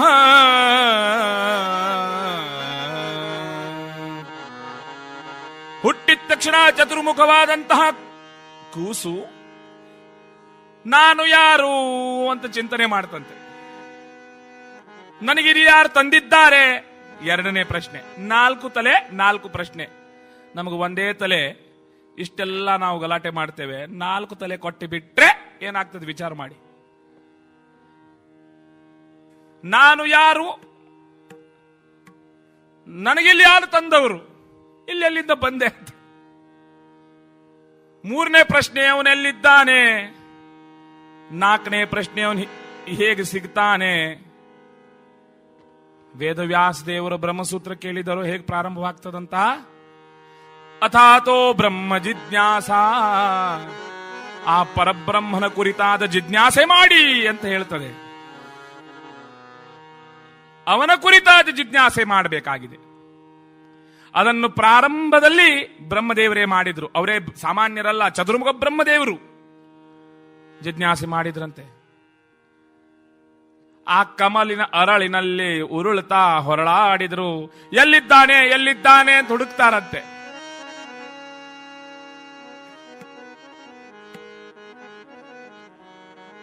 ಆ ಕಮಲದ ಕಿಸಲೆಯ ಕದಲ ಕೇದಾರಾಯಮಾನವಾದಂತರಲ್ಲೂ ಹುಡುಕಿದ್ರು. ಆ ಕಮಲದ ಮೃಣಾಲ ಅಂದ್ರೆ ಡೇಟಿನಲ್ಲಿ ಹೋಗಿ ನೋಡಿದ್ರು. ಆ ನೀರಿನಲ್ಲಲ್ಲಿ ಆಗಾಗ ಹುಡುಕಾಡಿದ್ರು. ವಿಫಲೀಯಮಾನ ಪ್ರಯತ್ನೇನ ಯತ್ನೇನ ತಾವತ್ ಬ್ರಹ್ಮಣ ಶಿಶೋಸ್ತು ತಾವತ್ ಪ್ರಸಮೀಕ್ಷ ಮೇಕ್ಷಣೆ ರುರೋಧ ಉಚ್ಚೈಹಿ. ಯಾವಾಗ ಆ ಕಮಲ ಕಿಸಲಾಯಮಾನವಾದಂತ ಪರಾಗಾದಿಗಳಿಂದ ಯುಕ್ತವಾದ ನೀರಿನಲ್ಲಿ ಆ ದೇವರನ್ನು, ಅವನ ಕರ್ತೃತ್ವವನ್ನು ಹುಡುಕ್ತಾ ಇದ್ನೋ, ವಿಫಲಾಯಮಾನ, ಅದು ವಿಫಲ ಆಯಿತು. ಅವನ ಪ್ರಯತ್ನವು ಫಲಿಸಲಿಲ್ಲ ಎಂಬುದಕ್ಕೆ ರೋದಿತಿ ರೋದಿತಿ ಚಂದ್ರಮಾನದ ಕಲೆ. ಮಹಾಕವಿ ಬಾಣಭಟ್ರದನ್ನು ಹೊಗಳ್ತಾರೆ ನೋಡಿ ಒಂದತ್ರ. ಅಸ್ತಿ ಪೂರ್ವಾಪಲ ಜನನಿಧಿ ವೇಲಾವಲಗ್ನ ಮಧ್ಯದೇಶಾಲಂಕಾರಭೂತ ಮೇಘದೇವ ಭುವಃ. ನಮ್ಮ ಪರಿಸ್ಥಿತಿಯೂ ಹಾಗೆ ಆಗಿದೆ. ಇವತ್ತು ಬೆಂಡಾಗೆ ಬಿತ್ತಿದ್ದೇವೆ, ಬಳಲಿ ಬಿಟ್ಟಿದ್ದೇವೆ. ಈ ಸಂಸಾರ ಎಂಬುವ ಭವ ಸಮುದ್ರದಲ್ಲಿ ಬಿದ್ದು ನಾವು ಯಾರು ಎಂಬುದನ್ನು ತಿಳಿಯದೆ ನಮ್ಮನ್ನು ತಂದವರು ಯಾರು ಅಂತ ಗೊತ್ತದೆ. ವನಗರಿ ಕುಲಪದ ಜಲಸೇಕ ಸಂವರ್ಧಿತೈ ಪಾದಪೈ ಉಪಯೋಗಿತ. ಆ ಚತುರ್ಮುಖ ಬ್ರಹ್ಮದೇವರು ಅಳ್ತಾ ಇದ್ದಾರಂತೆ. ಹಾ ಅಂತ ಅಳ್ತಾರಂತೆ. ಇದು ಅಳೋದು ಅಂದ್ರೆ ಸುಮ್ಮನೆ ಅಲ್ಲ. ಇದು ಅಳೋದಂತಿದೆ ನೋಡಿ, ಆಗ ವಾಯುದೇವರು ಒಳಗೆ ಹೋಗ್ತಾರಂತೆ, ಆಗ ಅಳತೇವಂತೆ. ಆ ನವಜಾತ ಶಿಶು ರೋದನ ಮಾಡದೇ ಇದ್ರೆ ಏನಾಗ್ತದೆ, ನಾವು ಅಳಬೇಕಾಗ್ತದೆ. ಕಬೀರ್ ದಾಸರು ಅದನ್ನ ಎಷ್ಟು ಸುಂದರವಾಗಿ ಈ ಸಾಮಾನ್ಯವಾದ ಚಿಂತನೆಯನ್ನು ಹೇಳ್ತಾರೆ ನೋಡಿ. ಕಬೀರ जब हम पैदा हुए जग हंसे हम रोए. ಯಾವಾಗ ನಾವು ಜನ್ಮಕ್ಕೆ ಬರ್ತೇವೋ ನಾವು ಅಳ್ತಾ ಇರ್ತೇವೆ. ನಾವು ಅಳೋದನ್ನು ಕಂಡು ಜಗತ್ತೆಲ್ಲ ಆನಂದ ಪಡ್ತದಂತೆ. ऐसी करनी कर चलो जग रोए हम हंसे. ನಮ್ಮ ಜನ್ಮ ಹಾಗೆ ಇರಬೇಕು. ಸಾಯುವಾಗ ನಾವು ನಗನಗ್ತಾ ಸಾಯಬೇಕು, ಅವ್ರು ಅಳಬೇಕು. ಅಳೋದು. ಬ್ರಹ್ಮದೇವರು ಕೂಡ ಅಳತೊಡಗಿದ್ರು. ಆಗ ಒಂದು ಅಶರೀರವಾಣಿ ಆಯ್ತು ನೋಡಿ, ಆಕಾಶವಾಣಿ ಆಯ್ತಂತೆ. ಏನಂತ? 16:21 ಅಂತ ಅಷ್ಟೇ ಹೇಳಿತು. 16 ಅಂದ್ರೇನು, 21 ಅಂದ್ರೇನು? ಇದೆಲ್ಲ ಭಗವನ್ನಾಮ ಚಿಂತನೆಗಳನ್ನೇ ಹೇಳಿವೆ, ಮಾತ್ರ ಸ್ವರೂಪವಾಗಿ ಹೇಳಿವೆ. ವ್ಯಂಜನಾಕ್ಷರದಿಂದ ಭಗವತ್ ಪೂಜೆ ಮಾಡ್ತಾರೆ. ತತ್ವಗಳು ಇವೆಲ್ಲ ತತ್ವಾಂತರ್ಗತನಾದಂತಹ ಭಗವನ್ ಚಿಂತನೆ ಹೇಳಿದ್ದೆ. ಕ ಕ ಗ ಘ ङ 5 ಆಯ್ತು, ಚ ಚ ಜ ಜಣ 10 ಆಯ್ತು, ಟ ಟ ಡ ಢ ಣ 15 ಆಯ್ತು. 16ನೇ ಅಕ್ಷರ ಯಾವುದು? ತ. ತ ತ ದ ಧನ ಎಷ್ಟಾಯ್ತು? 20. 21ನೇ ಅಕ್ಷರ ಯಾವುದು? ಪ. 2 ಜೋಡಿಸಿ ತಪ ಅಂತ. ನಾನು ಸಿಗಬೇಕಾದ್ರೆ ತಪ ಮಾಡಪ್ಪ ಸಿಗ್ತೇನೆ ಅಂತ. ನಾವು ಇವತ್ತು ಸ್ವಲ್ಪ ವಿಪರೀತ ಮಾಡ್ತಾ ಇದ್ದೇವೆ. ನಾವು ತಪ ಮಾಡ್ತಾ ಇಲ್ಲ, ನಾವು ತಾಪ ಮಾಡ್ತಾ ಇದ್ದೇವೆ. ಅಯ್ಯೋ ಅಯ್ಯೋ ಅಯ್ಯೋ ಸಿಗ್ಲಿಲ್ಲಲ್ವಾ ಅಯ್ಯೋ ಅಂತ ತಾಪ. ಆ ತಾಪದಿಂದ ಸಂತಾಪ, ಆ ಸಂತಾಪದಿಂದ ಪಾಪ, ಆ ಪಾಪದಿಂದ ಕರ್ಮಲೋಪ, ಆ ಕರ್ಮಲೋಪದಿಂದ ಸರ್ವ ವ್ಯಾಪ. ವ್ಯಾಪ ಅಂದ್ರೆ ನಾಶ ಅಂತ. ಬುದ್ಧಿನಾಶಾತ್ ಪ್ರಣಶ್ಯತಿ ಅಂತ ಹೇಳುದಿಲ್ವಾ ಭಗವದ್ಗೀತೆ? ತಪ ಮಾಡಿ ಜೀವನದಲ್ಲಿ ಅಂತ. ತದ್ಧಿ ತಪಸ್ತದ್ಧಿ ತಪ. ಭಗವಂತನು ತಪ ಮಾಡ್ತಾನಂತೆ ನೋಡಿ. ಬ್ರಹ್ಮವಿದಾಪ್ನೋತಿ ಪರಂ ಯೋ ವೇದ ನಿಹಿತಂ ಗುಹಾಯಾಂ ಪರಮೇ ವ್ಯೋಮನ್ ಸತಪೋತಪ್ಯತ ಸತಪಸ್ತಪ್ತ್ವ ಅಂತ ಉಪನಿಷತ್ತುಗಳು ಹೇಳ್ತಾವೆ. ಭಗವಂತ ಈ ಸೃಷ್ಟಿ ಮಾಡುವಾಗ ಮಹಾನ್ ತಪಸ್ಸನ್ನು ಮಾಡಿದ್ದಂತೆ. ನರನಾರಾಯಣ ರೂಪದಿಂದ ಇವತ್ತಿಗೂ ಕೂಡ ಬದರಿಕಾಶ್ರಮದಲ್ಲಿ ತಪ ಮಾಡ್ತಾನೆ. ಯಾರಿಗೋಸ್ಕರ? ನಮಗೆ ಆದರ್ಶ ಅಂತ ತಪ ಮಾಡ್ತಾನೆ. ನಾವು ಹಾಗೂ ಮಾಡಬೇಕು ಅಂತ ದೇವರು ಮಾಡೋದು. ದೇವರು ಎಲ್ಲ ಕ್ರಿಯಾಕಲಾಪಗಳನ್ನು ಮಾಡೋದು ಯಾಕೆ? ನಮಗೋಸ್ಕರ. ಈ ಕೃಷ್ಣನ ಲೀಲೆ ಯಾಕೆ? ಅವನಿಗೆ ಈ ಲೀಲೆಯಿಂದ ಏನಾಗಬೇಕಾಗಿದೆ? ಲೀಲಾ ಮಾತ್ರ ವಿನೋದ ಕೈವಲ್ಯ ಭಾವಾಚ ಭಗವತಃ ಅನ್ಯೋನ್ಯಸ್ಮಿನ್ನನ್ಯೋನ್ಯಾತ್ಮಕದ ಅನ್ಯೋನ್ಯ ಧರ್ಮಾಶ್ಚ ಪ್ರತಿಲೀಯತೆ ತಾವದ್ ಭಕ್ತಾನ್ ಉದ್ಧರತೆ ತಾಪಾನ್ ತಾಪಯತೆ ಸ್ವಕಾನ್ ರಮಯತೆ ಗೋಪಾಂಶ್ಚ ಗೋಪಾಯತೆ ಅಂತ ಮುಂದೆ ಬರುವಂತಹ ಗೀತ ಗೋವಿಂದಕಾರ ಜಯದೇವ್ರ ಮಹಾಕವಿ ಹೇಳ್ತಾನೆ. ದೇವರು ಮಾಡೋದು ಕೇವಲ ನಮಗೋಸ್ಕರ. ತಪ ಮಾಡಬೇಕು ಅಂತ. ಯಾರ ಕುರಿತು ತಪ ಮಾಡೋದ್ರಿ? ಇವನಿಗೆ ಏನಂತೂ ಗೊತ್ತಿಲ್ಲ. ಅಶರೀರವಾಣಿ ಆಯ್ತು ತಪ ಮಾಡು ಅಂತ. ಯಾರು ತಪ ಮಾಡೋದು? ಅದನ್ನು ಮಧ್ವಾಚಾರ್ಯರು ತಿಳಿಪಡಿಸ್ತಾರೆ ನೋಡಿ. ಯಾರ ಕುರಿತು ತಪಸ್ಸು ಮಾಡೋದು? ಯಾರಿಗಾದ್ರೂ ಮಾಡಿ ಅದು ದೇವರಿಗೆ ಮುಟ್ತದಂತೆ.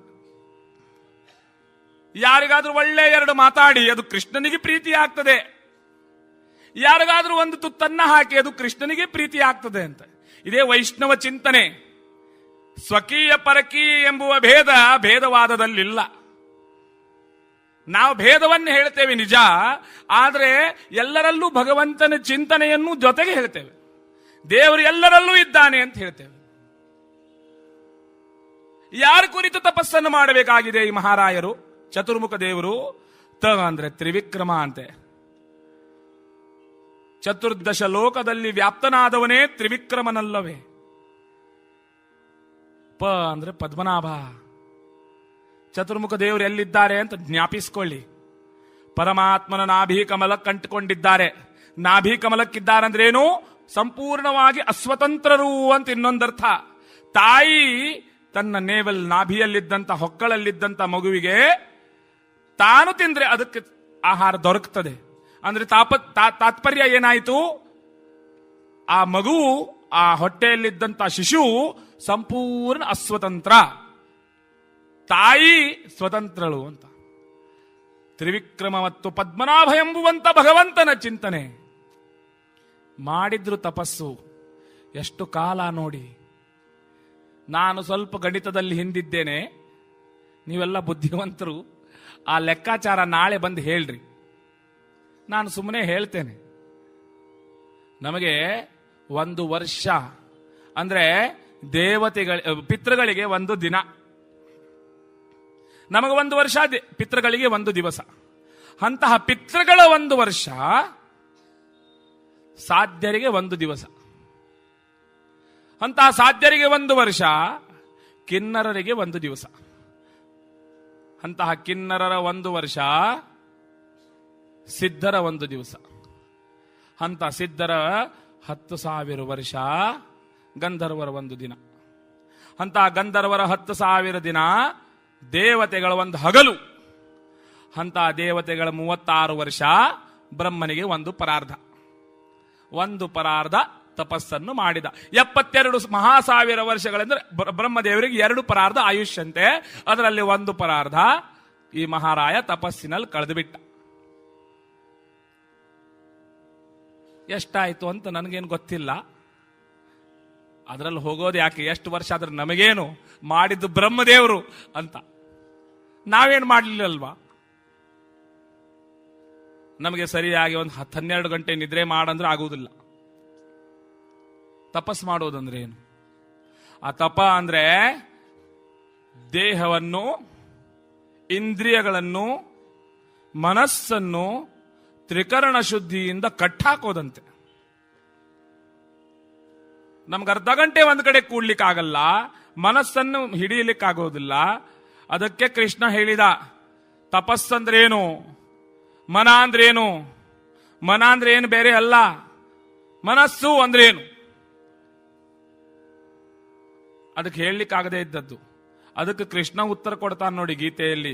ಮನಸ್ಸು ಅಂದ್ರೆ it is a spontaneous flow of thoughts ಅಂತೆ. ಅದನ್ನು ನಿಲ್ಲಿಸ್ಲಿಕ್ಕೆ ನಮ್ಮಿಂದ ಸಾಧ್ಯವೇ ಇಲ್ಲ. ಅದನ್ನು ಹೇಗೆ ನಿಲ್ಲಿಸಬಹುದು? ಅದು ನಿಲ್ಲಿಸ್ಲಿಕ್ಕೆ ಆಗದೇ ಇದ್ರೆ ಅದನ್ನು ಇಗ್ನೋರ್ ಮಾಡೋದಂತೆ. ಆವಾಗ ನಮ್ಮ ಚಿತ್ತನ್ನು ಕೃಷ್ಣನ ಪಾದಕ್ಕೆ ಸೇರಿಸೋದು. ಅದೇ ತಪಸ್ಸು. ಎಡಬಿಡದೆ ಭಗವಂತನ ಚಿಂತನೆ ಮಾಡೋದೆ. ಇದನ್ನು ಬ್ರಹ್ಮದೇವರು ಮಾಡಿದ್ದಾರೆ. ತಪಸ್ಸು ಫಲಿಸ್ತು. ದೇವರು ದೊಡ್ಡವರು ಅಂತ ಆವಾಗ ನಾನು ಹೇಳಿದ್ದೆ. ಯಾಕೆ? ತನ್ನಂತೆ ಬೇರೆಯವರನ್ನು ದೊಡ್ಡವನನ್ನಾಗಿ ಮಾಡಿದ. ದರ್ಶನ ಕೊಡ್ತಾ ಕೇಳಿದ್ದಂತೆ, ಚತುರ್ಮುಖ ಕಣ್ಣು ಬಿಡೋ. 8 ಕಣ್ಣುಗಳಿಂದ ಆ ವಾಸುದೇವನಾಮಕನಾದ ಭಗವಂತನನ್ನು ನೋಡ್ತಾನೆ. ದೇವಾ, ಯಾರೋ ನೀನು? ಮೊದಲನೇ ಪ್ರಶ್ನೆ ನೋಡಿ, ನೀನು ಯಾರೋ ಅಂತ. आनंदाचा झालं माझ आनंद ते धीर, आनंदाचा झालं माझ. ಆ ತುಕಾರಾಮರು ಹೇಳ್ತಾರೆ, ಪಾಂಡುರಂಗ ಹೇ ವಿಠಲ, आनंदाचा झालं माझ आनंद ते धीर, म्हणून चित्ती लागे पांडुरंग.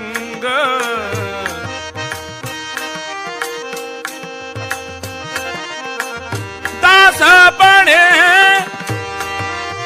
ನಿನ್ನ ದಾಸ ನಾನು ಸ್ವಾಮಿ. ಕೋಳ ನಾಹಿ ಮಾದೆ ಅನಾಥ,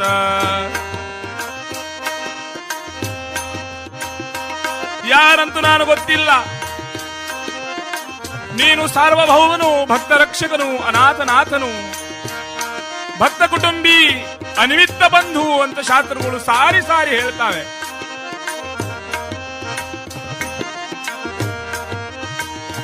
ಅನಾಥ ಮಾದೇ ವಿಠುರಾಯ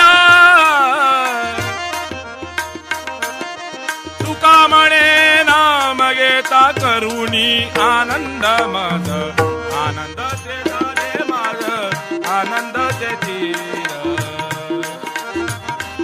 ಬ್ರಹ್ಮದೇವರು ಅಣಿಗಳಿಗೆ ಎದ್ದು ಭಗವತ್ಪಾದಾರವಿಂದದಲ್ಲಿ ನಮಸ್ಕರಿಸ್ತಾ ಕೇಳಿದ್ರಂತೆ, ದೇವಾ ನೀನು ಯಾರೋ ಹೇಳು ನನಗೆ. ದೇವರೇನು ಮಾತಾಡದೆ ಸುಮ್ಮನೆ ಬ್ರಹ್ಮದೇವರನ್ನು ಹಾಗೆ ದಯಾದೃಷ್ಟಿಯಿಂದ ಕಂಡ್ರಂತೆ. ನೋಡ್ತಾ ನೋಡ್ತಾ ಇರಲು ಬ್ರಹ್ಮದೇವರಿಗೊಂದು ಗೊತ್ತಾಯಿತು. ಏನು? ನಾನು ಇವತ್ತಿನ ತನಕ ದೇವರನ್ನು ದೂರ ಅಂತ ತಿಳಿದಿದ್ದೆ. ದೂರಮೇತೆ ವಿಪರೀತೆ ವಿಸೂಚಿ ಕಾಟಕೋಪನಿಷತ್ತು ಹೇಳ್ತದೆ, ದೇವರು ಎಷ್ಟು ದೂರಿದ್ದಾನೆ ನಾವು ಚಿಂತನೆ ಮಾಡ್ಲಿಕ್ಕಾಗುವುದಿಲ್ಲ, ಅಷ್ಟು ದೂರಿದ್ದಾನಂತೆ. ನಮ್ಮ ಕಲ್ಪನಾ ಅತೀತನಾಗಿದ್ದಾನೆ. ಆದರೆ ದೇವರು ಎಷ್ಟು ಸಮೀಪಿದ್ದಾನೆ ಆಗ ಗೊತ್ತಾಯ್ತು. ಹೊಕ್ಕಳಲ್ಲೇ ಇದ್ದಾನೆ, ಆದ್ರೆ ಗೊತ್ತಾಗಲಿಲ್ಲ. ನಮಗೂ ಹಾಗೆ ಈ ಎಲ್ಲ ಚಿಂತನೆ ನಮ್ಮ ಜೀವನಕ್ಕೆ ಕಂಪೇರ್ ಮಾಡಿ ನೋಡ್ಬೇಕಷ್ಟೆ. ಬ್ರಹ್ಮದೇವರು ಯಾಕೆ ದೊಡ್ಡವರಾದ್ರು? ಭ್ರೂಭಂಗಂ ಪಾರಮೇಷ್ಟ್ಯಾದಿ ಪದದಾಯ ವಿಮುಕ್ತಿದಂ ಆಚಾರ್ಯರು ಹೇಳ್ತಾರೆ. ದೇವರು ಕಣ್ಣುಬ್ಬೆ ಮೇಲ್ ಕೆಳಗೆ ಮಾಡುವಷ್ಟರಲ್ಲಿ ಕೋಟಿ ಕೋಟಿ ಬ್ರಹ್ಮರಾಗ ಹೋಗ್ತಾರಂತೆ. ಆ ಕೃಷ್ಣನ ಅನುಗ್ರಹ, ವಾಸುದೇವ. ದೂರ ದೂರತರಂ ಎತ್ತು, ದೂರ ಅಂದ್ರೆ ಎಷ್ಟು ದೂರ? ತದೈವಾಂತಿಕಮಂತಿಮತ ಆನಂದಸ್ಯ ಪದಂ ವಂದೇ. ಭಗವಂತನನ್ನು ಆನಂದ ಅಂತ ಕರೆದಿದ್ದಾರೆ. ಬ್ರಹ್ಮೇಂದ್ರಾದ್ಯಪಿ ವಂದಿತಂ. ಆಗ ದೇವರು ಕೇಳಿದ್ರಂತೆ, ಮಗು ಏನ್ ಬೇಕು ಕೇಳೋ, ಕೊಡ್ತೇನೆ. ಅವನು ಹೇಳಿದ್ದ, ನೀನು ಯಾರು? ನಾನು ಯಾರು ಹೇಳು. ನಾನೆಲ್ಲಿಂದ ಬಂದೆ, ನಾನೆಲ್ಲಿಗೆ ಹೋಗಬೇಕು? ಆಗ ಪರಮ ಕರುಣೆಯಿಂದ ದೇವರು 4 ಶ್ಲೋಕಗಳನ್ನು ಹೇಳಿದ್ರು. ನಾಸದೀಯ ಸೂತ್ರ ಅಂತ ವೇದದಲ್ಲಿ ಬರುತ್ತೆ. ನಾಸದಾಸಿ ನೋಸದಾಸಿ ತದಾ ದ್ರೋಧ ಮಜೋರಾಸಿ, ಹೀಗೆ. ಭಾಗವತದಲ್ಲಿ ಚತುಶ್ಲೋಕಿ ಅಂತ ಭಾಗವತ ಇದೆ. ಇದೆ ಭಾಗವತದ ಸಾರ. ಇದನ್ನು ಯಾರು? ಶ್ರೀಮನ್ನಾರಾಯಣನೇ ತನ್ನ ಭಕ್ತನಾದಂತಹ ಚತುರ್ಮುಖನಿಗೆ ತಿಳಿಪಡಿಸಿದರು. ನಾನು ಸರ್ವೋತ್ತಮನಾದವನು, ಸೃಷ್ಟಿಗಿಂತ ಮುಂಚೆನೂ ಇರೋನು, ಸೃಷ್ಟಿ ನಂತರನೂ ಇರೋನು, ಅನಾದಿ ನಿತ್ಯನಾದ ನಾನು ಅನಂತ ಜೀವರನ್ನು ಘಾಸ ಆಗಬೇಕು, ಒಂದು ಗ್ರಾಸದಂತೆ ನುಂಗಿ ಆ ಜೀವರನ್ನು ನನ್ನ ಉದರದಲ್ಲಿ ಪೋಷಿಸಿ ಅವರವರ ಯೋಗ್ಯತೆಗನುಗುಣವಾಗಿ ಸುಖ ದುಃಖಾದಿ ಫಲಗಳನ್ನು ಕೊಡ್ತೇನೆ. ಮೋಕ್ಷ ಸಾಧನೆಗೋಸ್ಕರ ಈ ಸೃಷ್ಟಿಯನ್ನು ಮಾಡ್ತಾ ಅನಂತ ಜೀವರನ್ನು ಅವರವರ ಯೋಗ್ಯತೆಗನುಗುಣವಾಗಿ ನಡೆಸ್ತೇನೆ, ಕುಲಿಸ್ತೇನೆ, ಆಡಿಸ್ತೇನೆ. ಎಲ್ಲ ತಿಳಿದ ಬಳಿಕ ದೋಷಗಳಿಲ್ಲ. ಭಗವದ ಪರೋಕ್ಷವಾದ ಬಳಿಕ ದುಃಖ ಉಂಟೆ. ಆಗ ಚತುರ್ಮುಖ ಬ್ರಹ್ಮದೇವರಿಂದ ಈ ದೊಡ್ಡದಾದ ಸೃಷ್ಟಿಯನ್ನು ಮಾಡಿಸಿದ್ನಂತೆ. ಎಷ್ಟು ಸುಂದರವಾದ ಸೃಷ್ಟಿ ನೋಡಿ ಇದು. ಒಂದರಲ್ಲೊಂದಿಲ್ಲ, ಒಂದರಂತೊಂದಿಲ್ಲ, ಒಂದರಲ್ಲೂ ಕುಂದಿಲ್ಲ.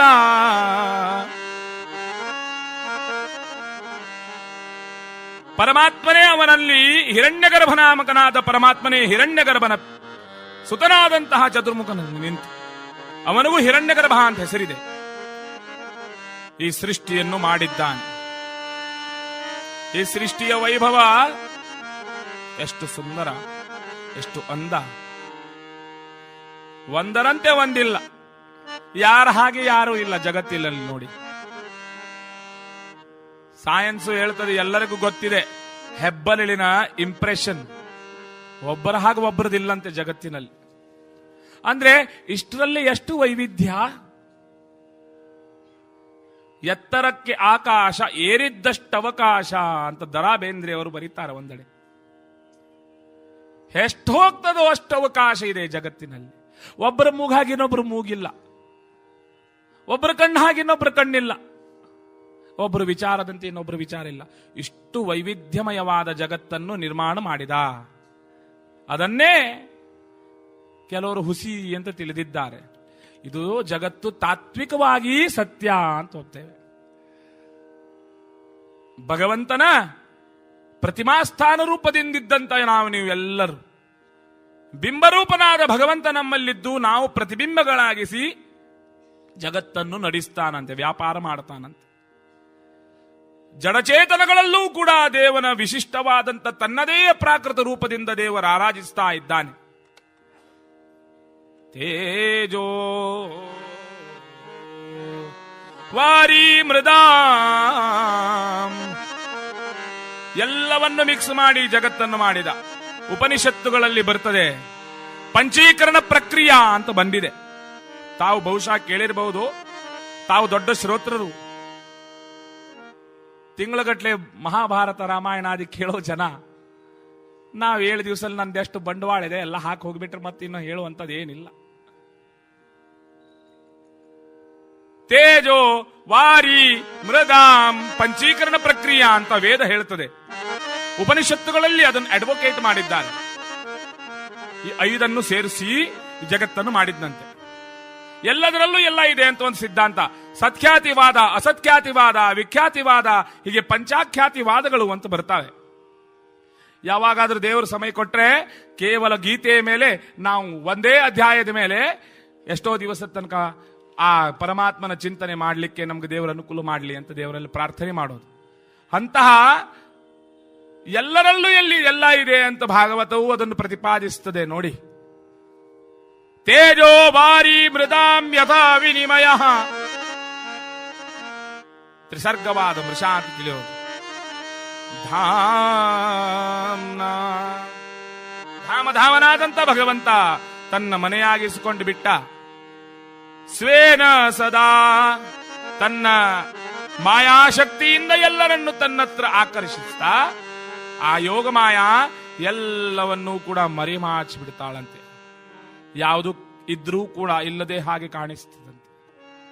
ದೇವರೆಲ್ಲರಲ್ಲೂ ಇದ್ರೂ ಕೂಡ ಇಲ್ಲದೆ ಹಾಗೆ ಕಾಣಿಸ್ಲಿಕ್ಕೆ ಮಾಯೆ ಕಾರಣ. ಆ ಭಗವನ್ ಮಾಯೆ ಧಾಮ್ನಾ ಸ್ವೇನ ಸದಾ ನಿರಸ್ತ ಕುಹಕಂ. ಅಂತಹ ಪರಮ ಚರಮವಾದಂಥ ಸತ್ಯಕ್ಕೆ ನಾವು ತಲೆಬಾಗೋಣ. ಅಂತಹ ಭಗವಂತನ ಚಿಂತನೆ ಮಾಡೋಣ. ಈ ಚಿಂತನೆ ನಮ್ಮದಾಗಿಸಿ ಬಿಟ್ರೆ ಯಾವ ಮೌಢ್ಯವೂ ಇಲ್ಲ, ಯಾವ ತರ್ಕವೂ ಇಲ್ಲ, ಯಾವ ದುಃಖವೂ ಇಲ್ಲ, ಯಾವ ರೀತಿಯ ಗೊಂದಲವೂ ನಾವು ದುಗುಡಕ್ಕೂ ತುಮುಲಕ್ಕೂ ಒಳಗಾಗೋದಿಲ್ಲ.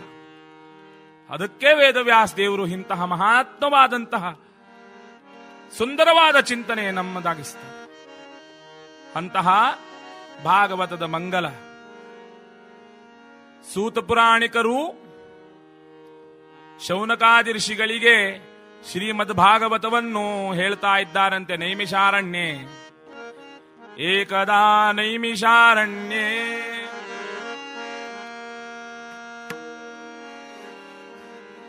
ಋಷಯ ಶೌನಕಾದಯ ಪಪ್ರಚ್ಛ ಮುನಯ ಸರ್ವೇ ಸೂತಂ ಪೌರಾಣಿಕಂ ಖಲು ತ್ವಯಾ ಖಲು ಪುರಾಣಾನಿ ಸೇತಿಹಾಸಾನಿ ಚಾನಘ ಆಖ್ಯಾತಾನ್ಯಪ್ಯಧೀತಾನಿ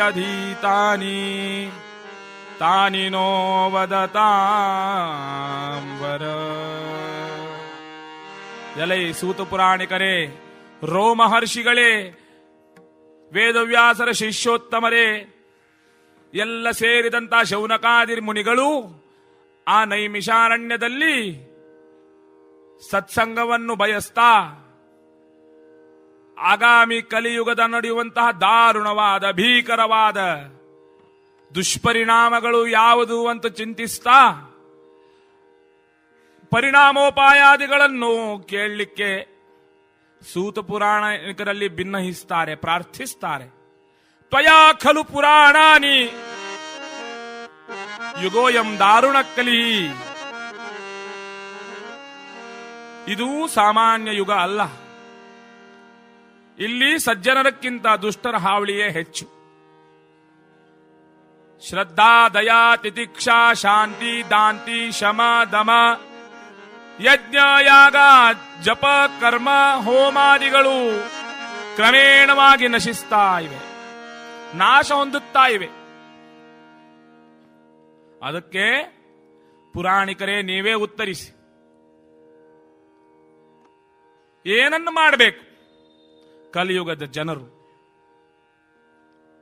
ಆಗ ಉತ್ತರಿಸ್ತಾರೆ ನೋಡಿ, ತ್ವಯಾ ಖಲು ಪುರಾಣಾನಿ, ಎಷ್ಟೋ ಪುರಾಣಗಳನ್ನು ನೀವು ಹೇಳಿದ್ದೀರಿ. ಇತಿಹಾಸಾನಿ, ಇತಿಹಾಸ ಅಂದ್ರೆ ರಾಮಾಯಣ ಮಹಾಭಾರತ, ಮೂಲ ರಾಮಾಯಣ ಹಯಗ್ರೀವರಿಂದ ಬರೆಯಲ್ಪಟ್ಟ, ಮಹಾಭಾರತ ವೇದವ್ಯಾಸರಿಂದ ರಚಿಸಲ್ಪಟ್ಟ. ಚಾನಘ ಅನಘ ಅಂದ್ರೆ ಪಾಪರಹಿತರಾದವರೇ. ಆಖ್ಯಾತಾನಿ, ಇಲ್ಲಿ ತನಕ ನೀವು ಆಖ್ಯಾನ ಮಾಡಿದ್ದೀರಿ, ಹೇಳಿದ್ದೀರಿ. ಅಪಿ ಅಧೀತಾನಿ, ಅದನ್ನು ನಾವು ಕಲ್ತಿದ್ದೇವೆ. ಆದರೆ ಈಗ ಮಂದಮತಿಗಳಾದ ಕಲಿಯುಗದ ಆಗಾಮಿ ಮುಗ್ಧ ಜೀವರ ಕಲ್ಯಾಣಕ್ಕೋಸ್ಕರ ಏನು ಮಾಡಬೇಕು ಎಂಬುದನ್ನು ತಿಳಿ ಹೇಳಿ ಉಪದೇಶಿಸಿ ಎಂದಾಗ ಸೂತ ಪುರಾಣಿಕರು ಉತ್ತರಿಸ್ತಾರೆ ನೋಡಿ. ಒಂದು ಪುರಾಣ ಇದೆ, ಅದಕ್ಕೆ ಗ್ರಂಥರಾಜ ಅಂತ ಹೆಸರು. ಸಾಗ್ರವಾದ, ಆಮೂಲಾಗ್ರ ಸರ್ವಗ್ರ ಸಮಗ್ರ ವ್ಯಗ್ರವಾದಂಥದ್ದು, ಸಕಲ ವೇದಗಳನ್ನು ನಿರ್ಣಯಿಸಬಲ್ಲಂಥದ್ದು. ಅನ್ಯ ಪುರಾಣಗಳ ತೋಲನೆಯಲ್ಲಿ ಉತ್ಕೃಷ್ಟವಾದ ಉತ್ತಮವಾದಂಥದ್ದು ಭಾಗವತ ಎಂಬುದು. ಕಲಿಯುಗದಲ್ಲಿ ಗೇಹೆ ಗೇಹೆ ಜನೆ ಜನೆ ಇದನ್ನು ಪರಿಸ್ಥಾಪಿಸಿಬಿಟ್ರೆ, ಶ್ರೀಕೃಷ್ಣ ಎಂಬೋನಿಗೆ ಶರಣು ಹೋಗಿಬಿಟ್ರೆ, ಭಾಗವತವನ್ನು ಕೇಳಿಬಿಟ್ರೆ ಕಲಿಕಲ್ಮಶ ನಾಶವಾಗ್ತದೆ. ಅದೇ ಕಲಿಕಾಲವನ್ನು, ಆ ಕಲಿಕಾಲದ ದುಷ್ಪರಿಣಾಮಗಳನ್ನು ಅಟ್ಟಲೋಡಿಸಲು ಏಕಮಾತ್ರ ಸಾಧನೆ. ಆಗ ಶೌನಕಾದಿ ಋಷಿಗಳೆಲ್ಲರೂ ಸೂತ ಪುರಾಣಿಕರಲ್ಲಿ ಶಿಷ್ಯತ್ವವನ್ನು ವಹಿಸ್ತಾ ಆ ಭಾಗವತವನ್ನು ತಿಳಿಯಲು ಇಚ್ಛೆ ಪಡ್ತಾ ಶ್ರವಿಸಲು, ಶ್ರವಣ ಮಾಡಲು, ಸೂತ ಪುರಾಣಿಕರೇ ನಾವು ಅದನ್ನು ಕೇಳಲಿಚ್ಛಿಸಿದ್ದೇವೆ, ದಯಪಾಲಿಸಬೇಕು ಎಂಬಾಗ ಸೂತ ಪುರಾಣಿಕರು ಶ್ರೀಮನ್ ಭಾಗವತ ಮಹಾಗ್ರಂಥ ಹೇಳ್ತಾರೆ. ಪರಮಾತ್ಮನ 24 ಅವತಾರಗಳ ಲೀಲೆಯನ್ನು ಹೇಳ್ತಾ ಆ ಪರಮಾತ್ಮನಿಗೆ ನಮನ ಮಾಡ್ತಾ ಶ್ರೀಮದ್ ಭಾಗವತವನ್ನು ಪ್ರಾರಂಭ ಮಾಡ್ತಾರಂತೆ. ಭಾಗವತದ ಮೊಟ್ಟ ಮೊದಲನೆಯ ಹಂತ ವೇದವ್ಯಾಸ ದೇವರ ಚರಿತ್ರೆ ಬರ್ತದೆ. ವೇದವ್ಯಾಸ ದೇವರು ಅವತರಿಸಿದ್ರು ಅಂತ. ಗೌತಮ ಋಷಿಗಳ ಶಾಪದಿಂದ ಜ್ಞಾನವೆಲ್ಲವೂ ಲೋಪವಾಗಿ ಅಜ್ಞಾನವೇ ಜ್ಞಾನವಾಗಿ ಪರಿವರ್ತಿಸಲು, ಜ್ಞಾನ ಲೋಪವಾಗೋದಂದ್ರೇನು? ಜ್ಞಾನದ ಸ್ಥಾನದಲ್ಲಿ ಅಜ್ಞಾನ ಬರೋದು ಅಂತ ಅರ್ಥ. ಅನ್ಯಥಾ ಜ್ಞಾನ, ವಿಪರೀತ ಜ್ಞಾನ ಮತ್ತು ಯಥಾರ್ಥ ಜ್ಞಾನ ಎಂದು 3 ಪ್ರಕಾರ ಮಾಡಿದ್ದಾರೆ. ಜ್ಞಾನ ಅನ್ಯಥಾ ಜ್ಞಾನವೂ ಆಗ್ಬಹುದು, ವಿಪರೀತ ಜ್ಞಾನವೂ ಆಗ್ಬಹುದು, ಯಥಾರ್ಥ ಜ್ಞಾನವೂ ಆಗ್ಬಹುದು. ಹೇಗೆ? ವಿಪರೀತ ಜ್ಞಾನ ಯಾರಿಗಿತ್ತು?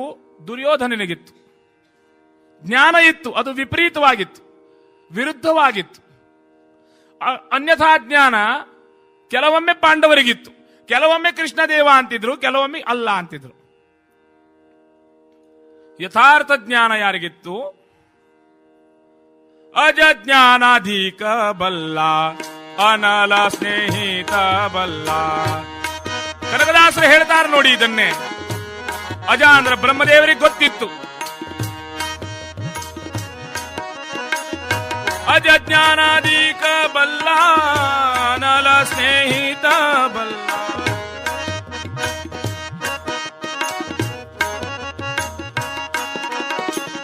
ಭುಜಘಭೂಷಣ ಬಲ್ಲ, ಗಜ ಚರ್ಮಾಂಬರ ಬಲ್ಲ. ಧ್ರುವ ಬಲ್ಲನೋ ಬಲ್ಲವರೇ ಬಲ್ಲರು ಎಲ್ಲವರರಿಯರು. ಕನಕದಾಸರ ಈ ಕೀರ್ತನೆ ಪುಲ್ಲಲೋಚನ ಕೃಷ್ಣ ಪೂರ್ಣ ಬ್ರಹ್ಮನೆಂಬು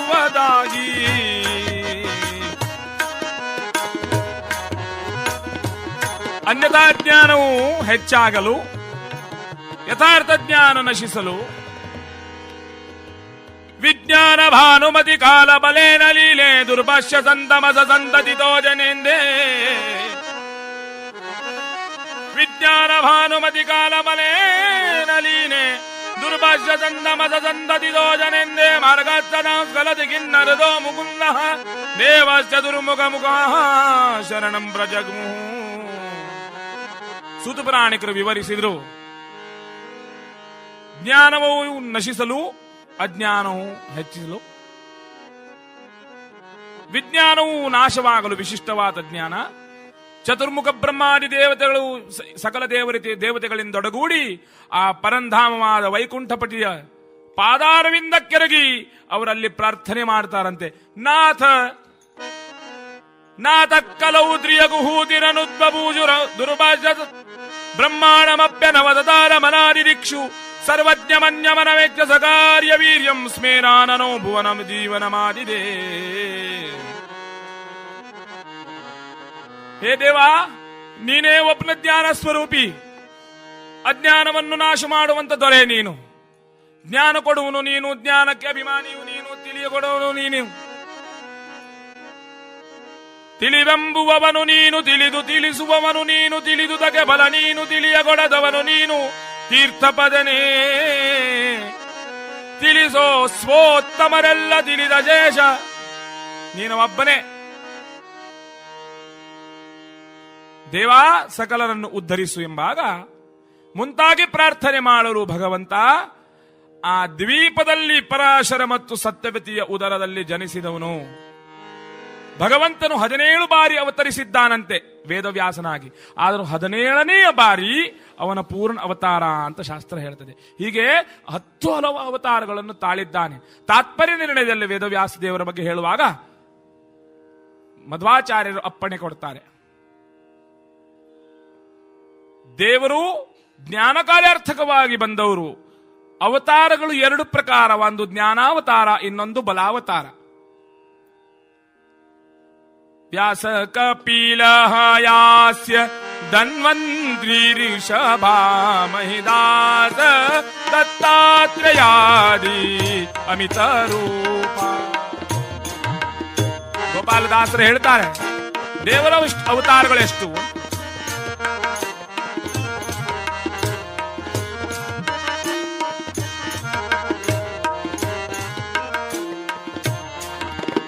ಈ ಸ್ವರೂಪದಿ ಜ್ಞಾನ ಅಧಿಕಾರಿಗಳಿಗೊರೆದು ವ್ಯಾಪಕನು ನೀನು ಕೃಪಾಳು ಶ್ರೀಶ. ಮುಖ್ಯ ಕಾರಣ ವಿಷ್ಣು ಸ್ವತಂತ್ರ. ಭಗವಂತನ ಅವತಾರಗಳು, ಅದರಲ್ಲಿ ಪ್ರಪ್ರಥಮ ಅವತಾರ ವ್ಯಾಸಾವತಾರ ಅಂದಿದ್ದಾರೆ. ಯಾಕೆ? ವೇದಗಳನ್ನು ವಿವ್ಯಾಸಗೊಳಿಸಿದ. ಅನಂತವಿರುವಂತಹ ವೇದಗಳನ್ನು, ಸಾಂಗೋಪಾಂಗವಾದಂತಹ ವೇದಗಳನ್ನು 4 ಭಾಗವನ್ನಾಗಿಸಿ ಋಕ್ ಯಜುಸ್ಸಾಮ ಅಥರ್ವ ಎಂಬುವಂತವನ್ನು ಮಾಡಿ ಸುಮಂತು ಜೈಮಿನಿ ವೈಶಂಪಾಯನ ಪೈಲರಿಗೆ ಆಚಾರ್ಯವನ್ನಾಗಿಸಿ ವೇದ ಶಾಖೋಪಶಾಖೆಗಳನ್ನು ಬೆಳೆಸಿದ್ನಂತೆ. ಋಗ್ವೇದ ಅಂದ್ರೆ ಏನು? ಸಾಮಾನ್ಯರಿಗೆ ಒಂದೇ ಮಾತಲ್ಲಿ ಹೇಳಲಿಕ್ಕೆ ಪ್ರಯತ್ನ ಮಾಡ್ತೇನೆ. A composition of Rigvedic hymns in poetry is Rigveda. Yajurveda ಅಂದ್ರೆ ಏನು? A composition of both prose and poetry is Yajurveda. ಸಾಮ ಅಂದ್ರೆ ಏನು? ಯಜುರ್ಮಂತ್ರಗಳನ್ನು ಲಯಬದ್ಧವಾಗಿ ಸ್ವರಬದ್ಧವಾಗಿ ಹೇಳೋದೇ ಸಾಮ. ಅಥರ್ವ ವೇದ ಅಂದ್ರೆ ಯಾವುದು? ನಮ್ಮ ಆದಿಭೌತಿಕ ಜೀವನಕ್ಕೆ ಉಪಲಬ್ಧಿ ಏನೇನು ಬೇಕೋ, ಯಜ್ಞಗಳು, ಯಾಗಗಳು, ಮಂತ್ರ ಯಂತ್ರಗಳು, ತಂತ್ರಗಳು ಎಲ್ಲವೂ ಅದರಲ್ಲಿ ಅಂತರ್ಗತವಾಗಿವೆ. ಅದಕ್ಕೆ ಅಥರ್ವ ಅಂತ. ಪ್ರಧಾನವಾಗಿ 3 ವೇದಗಳು, ತ್ರೈ ಅಂತ ವೇದಗಳಿಗೆ ಹೆಸರಿವೆ. ಸುಮಂತು ಜೈಮಿನಿ ಪೈಲ ವೈಶಂಪಾಯನರಿಗೆ ಆಯಾ ವೇದಗಳನ್ನು ಒಪ್ಪಿಸಿ ಅದರ ಆಚಾರ್ಯವನ್ನು ಮಾಡಿ ಶಿಷ್ಯ ಪ್ರಶಿಷ್ಯೈ ತಸ್ತಿಷ್ಯೈ ವ್ಯಾಸಿನೋ ವ್ಯಸನಾಗ್ರಣೀತ್ ಅಂತ ಅವುಗಳನ್ನು ಮಾಡಿಟ್ಟವನು. ಆದರೂ ಅವರ ಕೆಲಸ ಪೂರ್ಣವಾಗಲಿಲ್ಲ. ಆಗ ಬ್ರಹ್ಮಸೂತ್ರ ಬರೆದರಂತೆ. ನೋಡಿ ಹೇಗೆ ಬೆಳೆದಿದೆ ನಮ್ಮ ಭಾರತೀಯ ಸಂಸ್ಕೃತಿ. ಆ ಬ್ರಹ್ಮಸೂತ್ರಗಳ ರಚನೆ ಮಾಡಿದ್ರು. ಆ ಬ್ರಹ್ಮಸೂತ್ರಗಳು ಇವತ್ತು ನಾವು ಬ್ಲಿಸ್ಟ್ರಿಂಗ್ with 21 vivid commentaries. Every one ಅವರವ ಆ ಆಚಾರ್ಯರು ಅವರದೇ ಸರಿ ಅಂತ.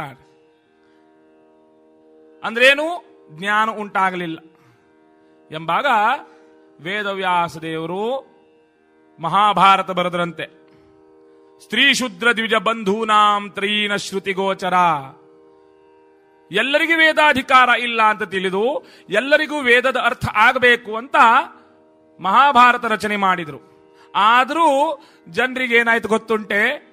ಮಹಾಭಾರತ ಬಂತಲ್ಲ, ಅದರಲ್ಲಿ ಶಕುನಿ ಕ್ಯಾರೆಕ್ಟರು, ಧೃತರಾಷ್ಟ್ರನ ಕ್ಯಾರೆಕ್ಟರು, ದುರ್ಯೋಧನನ ಕ್ಯಾರೆಕ್ಟರ್ ಬಗ್ಗೆ ನಾವು ಚಿಂತನೆ ಮಾಡ್ಲಿಕ್ಕೆ ಪ್ರಾರಂಭ ಮಾಡಿಬಿಟ್ಟು. ನಾನು ಸುಳ್ಳು ಹೇಳೋದಾದ್ರೆ ಭಾಗವತ ಗ್ರಂಥವನ್ನು ತೆಗೆದು ನೋಡಿ, ಅದರಲ್ಲೇ ಬರುತ್ತೆ. ಅದು ಎಷ್ಟು ಸಮಂಜಸ, ಎಷ್ಟು ಸರಿಯಾಗಿ ಹೇಳಲ್ಪಟ್ಟಿದೆ ಅಂತ ನಾವೇ ಪುಸ್ತಕ ತೆಗೆದು ನೋಡಿದ್ರೆ ಗೊತ್ತಾಗ್ತದೆ. ಆಗ ವೇದವ್ಯಾಸ ದೇವರಿಗೆ ಅನಿಸ್ತಂತೆ, ಇಷ್ಟು ಮಾಡಿದ್ರು ಸರಿ ಆಗೋದಿಲ್ಲ, 17 ಮಹಾಪುರಾಣಗಳ ರಚನೆ ಮಾಡಿದ್ರು. ಆದರೂ ಅಜ್ಞಾನ ಹೋಗಲಿಲ್ಲ, ಅದು ಹೆಚ್ಚುತ್ತಾ ಹೋಯ್ತು. ಆಗ ಏನ್ ಮಾಡೋದು? ದೇವರಿಗೆ ದುಃಖ ಇಲ್ಲ, ಸುಮ್ಮನೆ ದುಃಖ ಇದ್ದ ಹಾಗೆ ಬದರಿಯಿಂದ 3 ಕಿಲೋಮೀಟರ್ ಆಚೆಗೆ ಶಮ್ಯಾಪ್ರಾಸ ಎಂಬುವ ಸುಂದರವಾದಂತಹ ತಮ್ಮ ಆಶ್ರಮದಲ್ಲಿ ವಿರಾಜಮಾನರಾಗಿದ್ದರಂತೆ. ಸೂರ್ಯವದ್ ವಿರಾಜಮಾನರಾಗಿ ಸುಮ್ಮನೆ ಇದ್ರು. ಅಲ್ಲಿಗೆ ನೋಡಿ, ಅದಕ್ಕೆ ದೇವರು ದೊಡ್ಡವರು, ಅನ್ಯರನ್ನು ದೊಡ್ಡವರಾಗಿ ಮಾಡಿಸ್ತಾನಂತೆ ಅವರನ್ನು ನಂಬಿದವರಿಗೆ. ಅನಾಯಾಸದಿಂದ ನಾರಾಯಣ ಶಬ್ದೋಚ್ಚಾರವನ್ನು ಮಾಡ್ತಾ ನಾರದರು ಅಲ್ಲಿಗೆ ಆಗಮಿಸಿದ್ರು. ನಮಸ್ಕಾರ ಮಾಡಿದ್ರಂತೆ. ಸ್ವಾಮಿ ನಿನಗೆ ನಮಸ್ಕಾರ. ಏನಪ್ಪ ನಾರದ, ಇಲ್ಲಿ ಯಾಕೆ ಬಂದಿಯೋ? ತಮ್ಮನ್ನು ನೋಡ್ಬೇಕನ್ನಿಸ್ತು ಸ್ವಾಮಿ, ಬಂದೆ. ಆದ್ರೆ ಇವತ್ತೇನು ಇದು ಸ್ಮಶಾನ ಮೌನ? ದುಃಖ ಛಾಯೆ, ಸಚ್ಚಿದಾನಂದನ ಮುಖಾರವಿಂದದಲ್ಲಿ ದುಃಖದ ಛಾಯೆ ಉಂಟೆ? ಆಗ ವೇದವ್ಯಾಸ ದೇವರು ಹೇಳಿದ್ರಂತೆ, ಏನ್ ಮಾಡೋದು? ನೀನೇ ಹೇಳು ನನಗೆ ಯಾಕೆ ದುಃಖ? ಉಪದೇಶ ಮಾಡಿದವರಲ್ಲ, ಪ್ರಾರ್ಥನೆ ಮಾಡಿದವರು ನಾರದರು. ದೇವಾ ಛೋಟಾ ಮೂ ಬಡಿ ಬಾತ್, ನೀನು ದೊಡ್ಡವನು, ಅದಕ್ಕೋಸ್ಕರ ನನ್ನನ್ನು ನಿನ್ನ ಹಾಗೆ ಮಾಡ್ಲಿಕ್ಕೆ ನೋಡ್ತೀಯ. ಕೇಳು, ಹೇಳ್ತೇನೆ. ನೀನು ಕಲಿಯುಗದ ಜೀವರನ್ನು ಸರಿಯಾಗಿ ತಿಳಿದವನಲ್ಲ, ನನ್ನ ಹಾಗೆ ಸರ್ವಜ್ಞನಿರಬಹುದು ನೀನು. ಮಂದಾಸು ಮಂದ ಮತಯೋ ಮಂದ ಭಾಗ್ಯಾಯುಪದ್ರುತಾ. ಈ ಮಂದಮತಿಗಳಿಗೆ ಇದೆಲ್ಲ ಜ್ಞಾನ ಹೇಳಿದ್ರೆ ಏನು ಪ್ರಯೋಜನ? ಇದರಿಂದ ಏನಾಗ್ತದೆ? ನೀವು ಮಹಾಭಾರತ ಬರೆದ್ರಿ, ಆ ದುರ್ಯೋಧನ ದುಶಾಸನರ ಖಳನಾಯಕರ ಚರಿತ್ರೆ ಹೆಚ್ಚಾಗಿ ಹೇಳಿಬಿಟ್ರಿ. ಕಲಿಯುಗದ ಜೀವಿಗಳದನ್ನೇ ಓದಿ ನಾವು ದುರ್ಯೋಧನರಾಗಬೇಕು ದುಶಾಸನರಾಗಬೇಕು ಅಂತ ಹೊರಟರು. ಏನ್ ಪ್ರಯೋಜನ ಆಯ್ತು? ಯುದ್ಧದ ಬಗ್ಗೆ ಬರೆದಿಯಾ ಸ್ವಾಮಿ? ಅಳಕವಾಗಿದೆ ಜ್ಞಾನ ಅದರಲ್ಲಿ, ಆದ್ರೂ ಮಂದಮತಿಗಳಿಗೆ ಅದು ಅರ್ಥವಾದೀತು ಎಂದಾಗಿದೆ. ಅದಕ್ಕೋಸ್ಕರ ನನ್ನ ವಿನಮ್ರ ಪ್ರಾರ್ಥನೆ, ಒಂದು ಗ್ರಂಥ ಬರಿ. ಈ ಎಲ್ಲ ಗ್ರಂಥಗಳಿಗಿಂತ ಮಿಗಿಲಾಗಿರ್ಬೇಕು, ಭಕ್ತಿ ಪ್ರಧಾನವಾಗಬೇಕು. ಶ್ರವಣ ಮಾತ್ರದಿಂದ ಭಕ್ತಿ ಚಿತ್ತವು ಹರಿಯಲ್ಲಿ ಯುಕ್ತವಾಗಬೇಕು, ಹರಿಭಕ್ತಿ ಉಂಟಾಗಬೇಕು. ಭಗವದ್ ಭಕ್ತರ ಚರಿತ್ರೆಯನ್ನು ಬರಿ. ಇದರಲ್ಲಿ ಹೆಚ್ಚು ಪ್ರಾಧಾನ್ಯ ಇದೆ ಅಂತ ನಾರದರು ತಮ್ಮ ಪೂರ್ವಜನ್ಮದ ವೃತ್ತಾಂತವನ್ನು ಅದಕ್ಕೆ ಜೊತೆಗೂಡಿಸಿ ಹೇಳ್ತಾರೆ. ದಾಸಿಯ ಪುತ್ರನಾದವನು ನಾನು ಅನಾಥನಾಗಿದ್ದೆ, ಕಡು ಬಡವನಾಗಿದ್ದೆ. ಆದರೆ ಚಾತುರ್ಮಾಸ ಕಾಲದಲ್ಲಿ ನಮ್ಮ ತಾಯಿ ದಾಸಿ ಆ ಬ್ರಾಹ್ಮಣರ ಕೇರಿಯಲ್ಲಿ ಕೆಲಸ ಮಾಡ್ತಿದ್ಲು. ವೇದವ್ಯಾಸ ಕೇಳು, ವೇದವ್ಯಾಸರಿಗೆ ಗೊತ್ತಿಲ್ಲ ಅಂತಲ್ಲ, ನಮಗೊತ್ತಾಗಬೇಕು ಅಂತ ವೇದವ್ಯಾಸರು ಇದನ್ನು ಅವರಿಂದ ಹೇಳಿಸೋದು. ಆಗ ಪಂಚವರ್ಷಾತ್ಮಕನಾದ ನಾನು, 5 ವಯಸ್ಸಿನವನು, ಪ್ರಾಯದವನು, ತಾಯಿ ಜೊತೆಗೆ ಆ ಬ್ರಾಹ್ಮಣರ ಕೇರಿಯಲ್ಲಿ ಆ ಸನ್ಯಾಸಿಗಳು ಚಾತುರ್ಮಾಸ ವ್ರತವನ್ನಾಚರಿಸುವಾಗ ನಾನು ಅಲ್ಲಿಗೆ ಹೋಗ್ತಿದ್ದೆ. ಸಜ್ಜನರ ಸಂಪರ್ಕ ದೊರೀತು, ಭಗವನ್ನಾಮ ಸಂಕೀರ್ತನೆ ಕೇಳಿದೆ. ಅವರು ಉಂಡ ಬಳಿಕ ಉಳಿದ ಅನ್ನವನ್ನು ಉಚ್ಚಿಷ್ಟವನ್ನು ಭಗವತ್ ಪ್ರಸಾದ ಮಹಾತ್ಮರ ಪ್ರಸಾದ ಎಂದು ಅದನ್ನೇ ಅಶನ ಮಾಡ್ತಾ ಇದ್ದೆ. ಕಾಲ ಕಳೆಯುತ್ತಿರಲು 4 ತಿಂಗಳಲ್ಲಿ ನನ್ನಲ್ಲೂ ಕೂಡ ಹರಿಭಕ್ತಿಯು ಸಹಜವಾಗಿ ಸ್ವಾಭಾವಿಕವಾಗಿ ಬೆಳೆತೊಡಗಿತು. ಆ ಸನ್ಯಾಸಿಗಳು ಹೋಗುವಾಗ ನಾನು ಅವರ ಹಿಂಬಾಗಿ ಬೆನ್ನತ್ತಿ ಹೋದೆ. ಸನ್ಯಾಸಿಗಳು ಕೇಳಿದ್ರು, ಅಯ್ಯ ಎಲ್ಲಿಗೆ ಬರ್ತೀಯೋ? ನಾನು ಹೇಳಿದೆ, ಸ್ವಾಮಿ ನೀವಿಷ್ಟು ದಿವಸ ನಾರಾಯಣ ನಾರಾಯಣ ಅಂತ ಹೇಳಿದ್ರಲ್ಲ, ನನಗೂ ನಾರಾಯಣ ಯಾರಂತ ತಿಳಿಬೇಕಾಗಿದೆ, ನಾನು ನಿಮ್ ಜೊತೆಗೆ ಬರ್ತೇನೆ. ಆಗ ಅವ್ರು ಹೇಳಿದ್ರು, ತಮ್ಮ ಅಷ್ಟು ಸುಲಭ ಅಲ್ಲ, ನಾರಾಯಣ ನಾರಾಯಣ ಅಂತ ಹೇಳ್ತಾ ಇರು, ಖಂಡಿತ ನಿನಗೆ ಭಗವದ್ ಅನುಗ್ರಹವಾಗ್ತದೆ ಅಂತ ಅವ್ರು ಹೊರಟು ಹೋದ್ರು. ಅದೊಂದು ದಿನ ನನ್ನ ತಾಯಿ ದನ ಹಾಲ ಕರಿಬೇಕಂತ ಸಾಯಂಕಾಲ ಹೊರಗೆ ಹೋಗುವಾಗ ಒಂದು ಸರ್ಪದ ಹೆಡೆ ಮೇಲೆ ಕಾಲಿಡಲು, ಅದು ಭಗವಂತನ ಸಂಕಲ್ಪವೋ ಗೊತ್ತಿಲ್ಲ, ಆ ಸರ್ಪ ನನ್ನ ತಾಯಿಗೆ ಕಚ್ಚುತ್ತಾ ನನ್ನ ತಾಯಿ ಅಲ್ಲಿ ಅಸುನೀಗಿದಳು. ಆದರೆ ನಾನು ದುಃಖ ಪಡಲಿಲ್ಲ. ಯಾಕಂದ್ರೆ ಅದು ದೇವರ ಸಂಕಲ್ಪ ಅಂತ ತಿಳಿದು ಅಲ್ಲಿಂದ ಪೂರ್ವ ದಿಕ್ಕಕ್ಕೆ ಹೋಗ್ತಾ ಹಾಗೇ ದಿವಸ ನಾರಾಯಣ ನಾಮದಿಂದ ಕಳೆಯುತ್ತಾ ಭಕ್ತಿ ಮಾಡ್ತಾ ಮಾಡ್ತಾ ಅದೊಂದು ದಿನ ಒಂದು ಸುಷಮ ಅತಿಶಯವಾದ ತೇಜಸ್ಸು ನನ್ನೆದುರಿಗೆ ಬಂದು, ಎಲೇ ಪುತ್ರ, ಈ ಜನ್ಮದಲ್ಲಿ ಇಷ್ಟೇ ನಿನಗೆ, ಬರುವ ಜನ್ಮದಲ್ಲಿ ನೀನು ಬ್ರಹ್ಮ ಮಾನಸ ಪುತ್ರನಾಗಿ ಹುಟ್ಟುತ್ತಾ ನನ್ನ ಸೇವೆ ಮಾಡ್ತೀಯ ಅಂತ ಅಪ್ಪಣೆ ಕೊಡ್ತಾ ಮಾಯವಾಯಿತು. ಬಳಿಕ ನಾನು ಬ್ರಹ್ಮ ಮಾನಸ ಪುತ್ರನಾಗಿ ಬಂದಿದ್ದೇನೆ. ವೇದವ್ಯಾಸ ಹೇಳೋದಂದ್ರೆ ಸಾಮಾನ್ಯರನ್ನು ಪಾಮರರನ್ನೂ ಕೂಡ ಪುನೀತಗೊಳಿಸುವಂಥದ್ದು ಭಗವನ್ನಾಮ ಕೀರ್ತನೆ, ಭಗವತ್ಕಥಾ ಶ್ರವಣ, ಮಹಾತ್ಮ ಚರಿತ್ರೆ. ಇಂತಹ ಸುಂದರವಾದ ಕಲಿಯುಗದಲ್ಲಿ ಭಗವಂತನ ನಾಮ ಚರಿತ್ರೆಯನ್ನು, ಭಗವಂತನ ಲೀಲಾ ಮಾತ್ರ ವಿನೋದ ಕೈವಲ್ಯವನ್ನು ನೀನು ನಿನ್ನದೇ ಆದ ಶೈಲಿಯಲ್ಲಿ ಬರೀ. ಅದರಿಂದ ಸಕಲರೂ ಕಲ್ಯಾಣವು ಮಂಗಲವು ಉಂಟಾಗ್ತದೆ ಅಂತ ಹೇಳುವಾಗ ವೇದವ್ಯಾಸದೇವರು ಆಸೀನರಾಗಿ ನಾರದರ ಪ್ರಾರ್ಥನೆಯಂತೆ ಜಟಾಮುಕುಟ ಸುಂದರ ಯತಿವೇಶ, ಜಟಾಮುಕುಟ ಸುಂದರ ಯತಿವೇಶ, ವೇದವ್ಯಾಸ.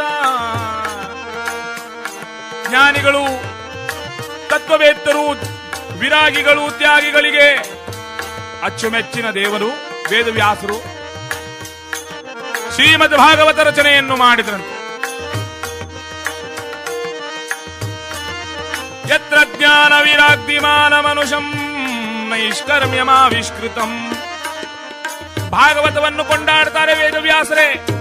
ಎಲ್ಲಿ ನೈಷ್ಕರ್ಮ್ಯವಾದ ಜ್ಞಾನವಾದ ಆವಿಷ್ಕಾರವಾಗ್ತದೋ, ಎಲ್ಲಿ ಭಗವತ್ ಪ್ರೀತಿ ಒಂದು ಮಾತ್ರ ಉಂಟಾಗ್ತದೋ ಅಂತಹ ಗ್ರಂಥವನ್ನು ರಚನೆ ಮಾಡ್ತಾ ಇದ್ದೇನೆ.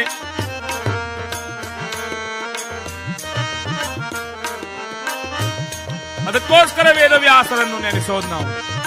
ಜ್ಞಾನ ಭಯವನ್ನು ಪಡ್ತಕ್ಕಂಥವನು ಆ ದೇವ.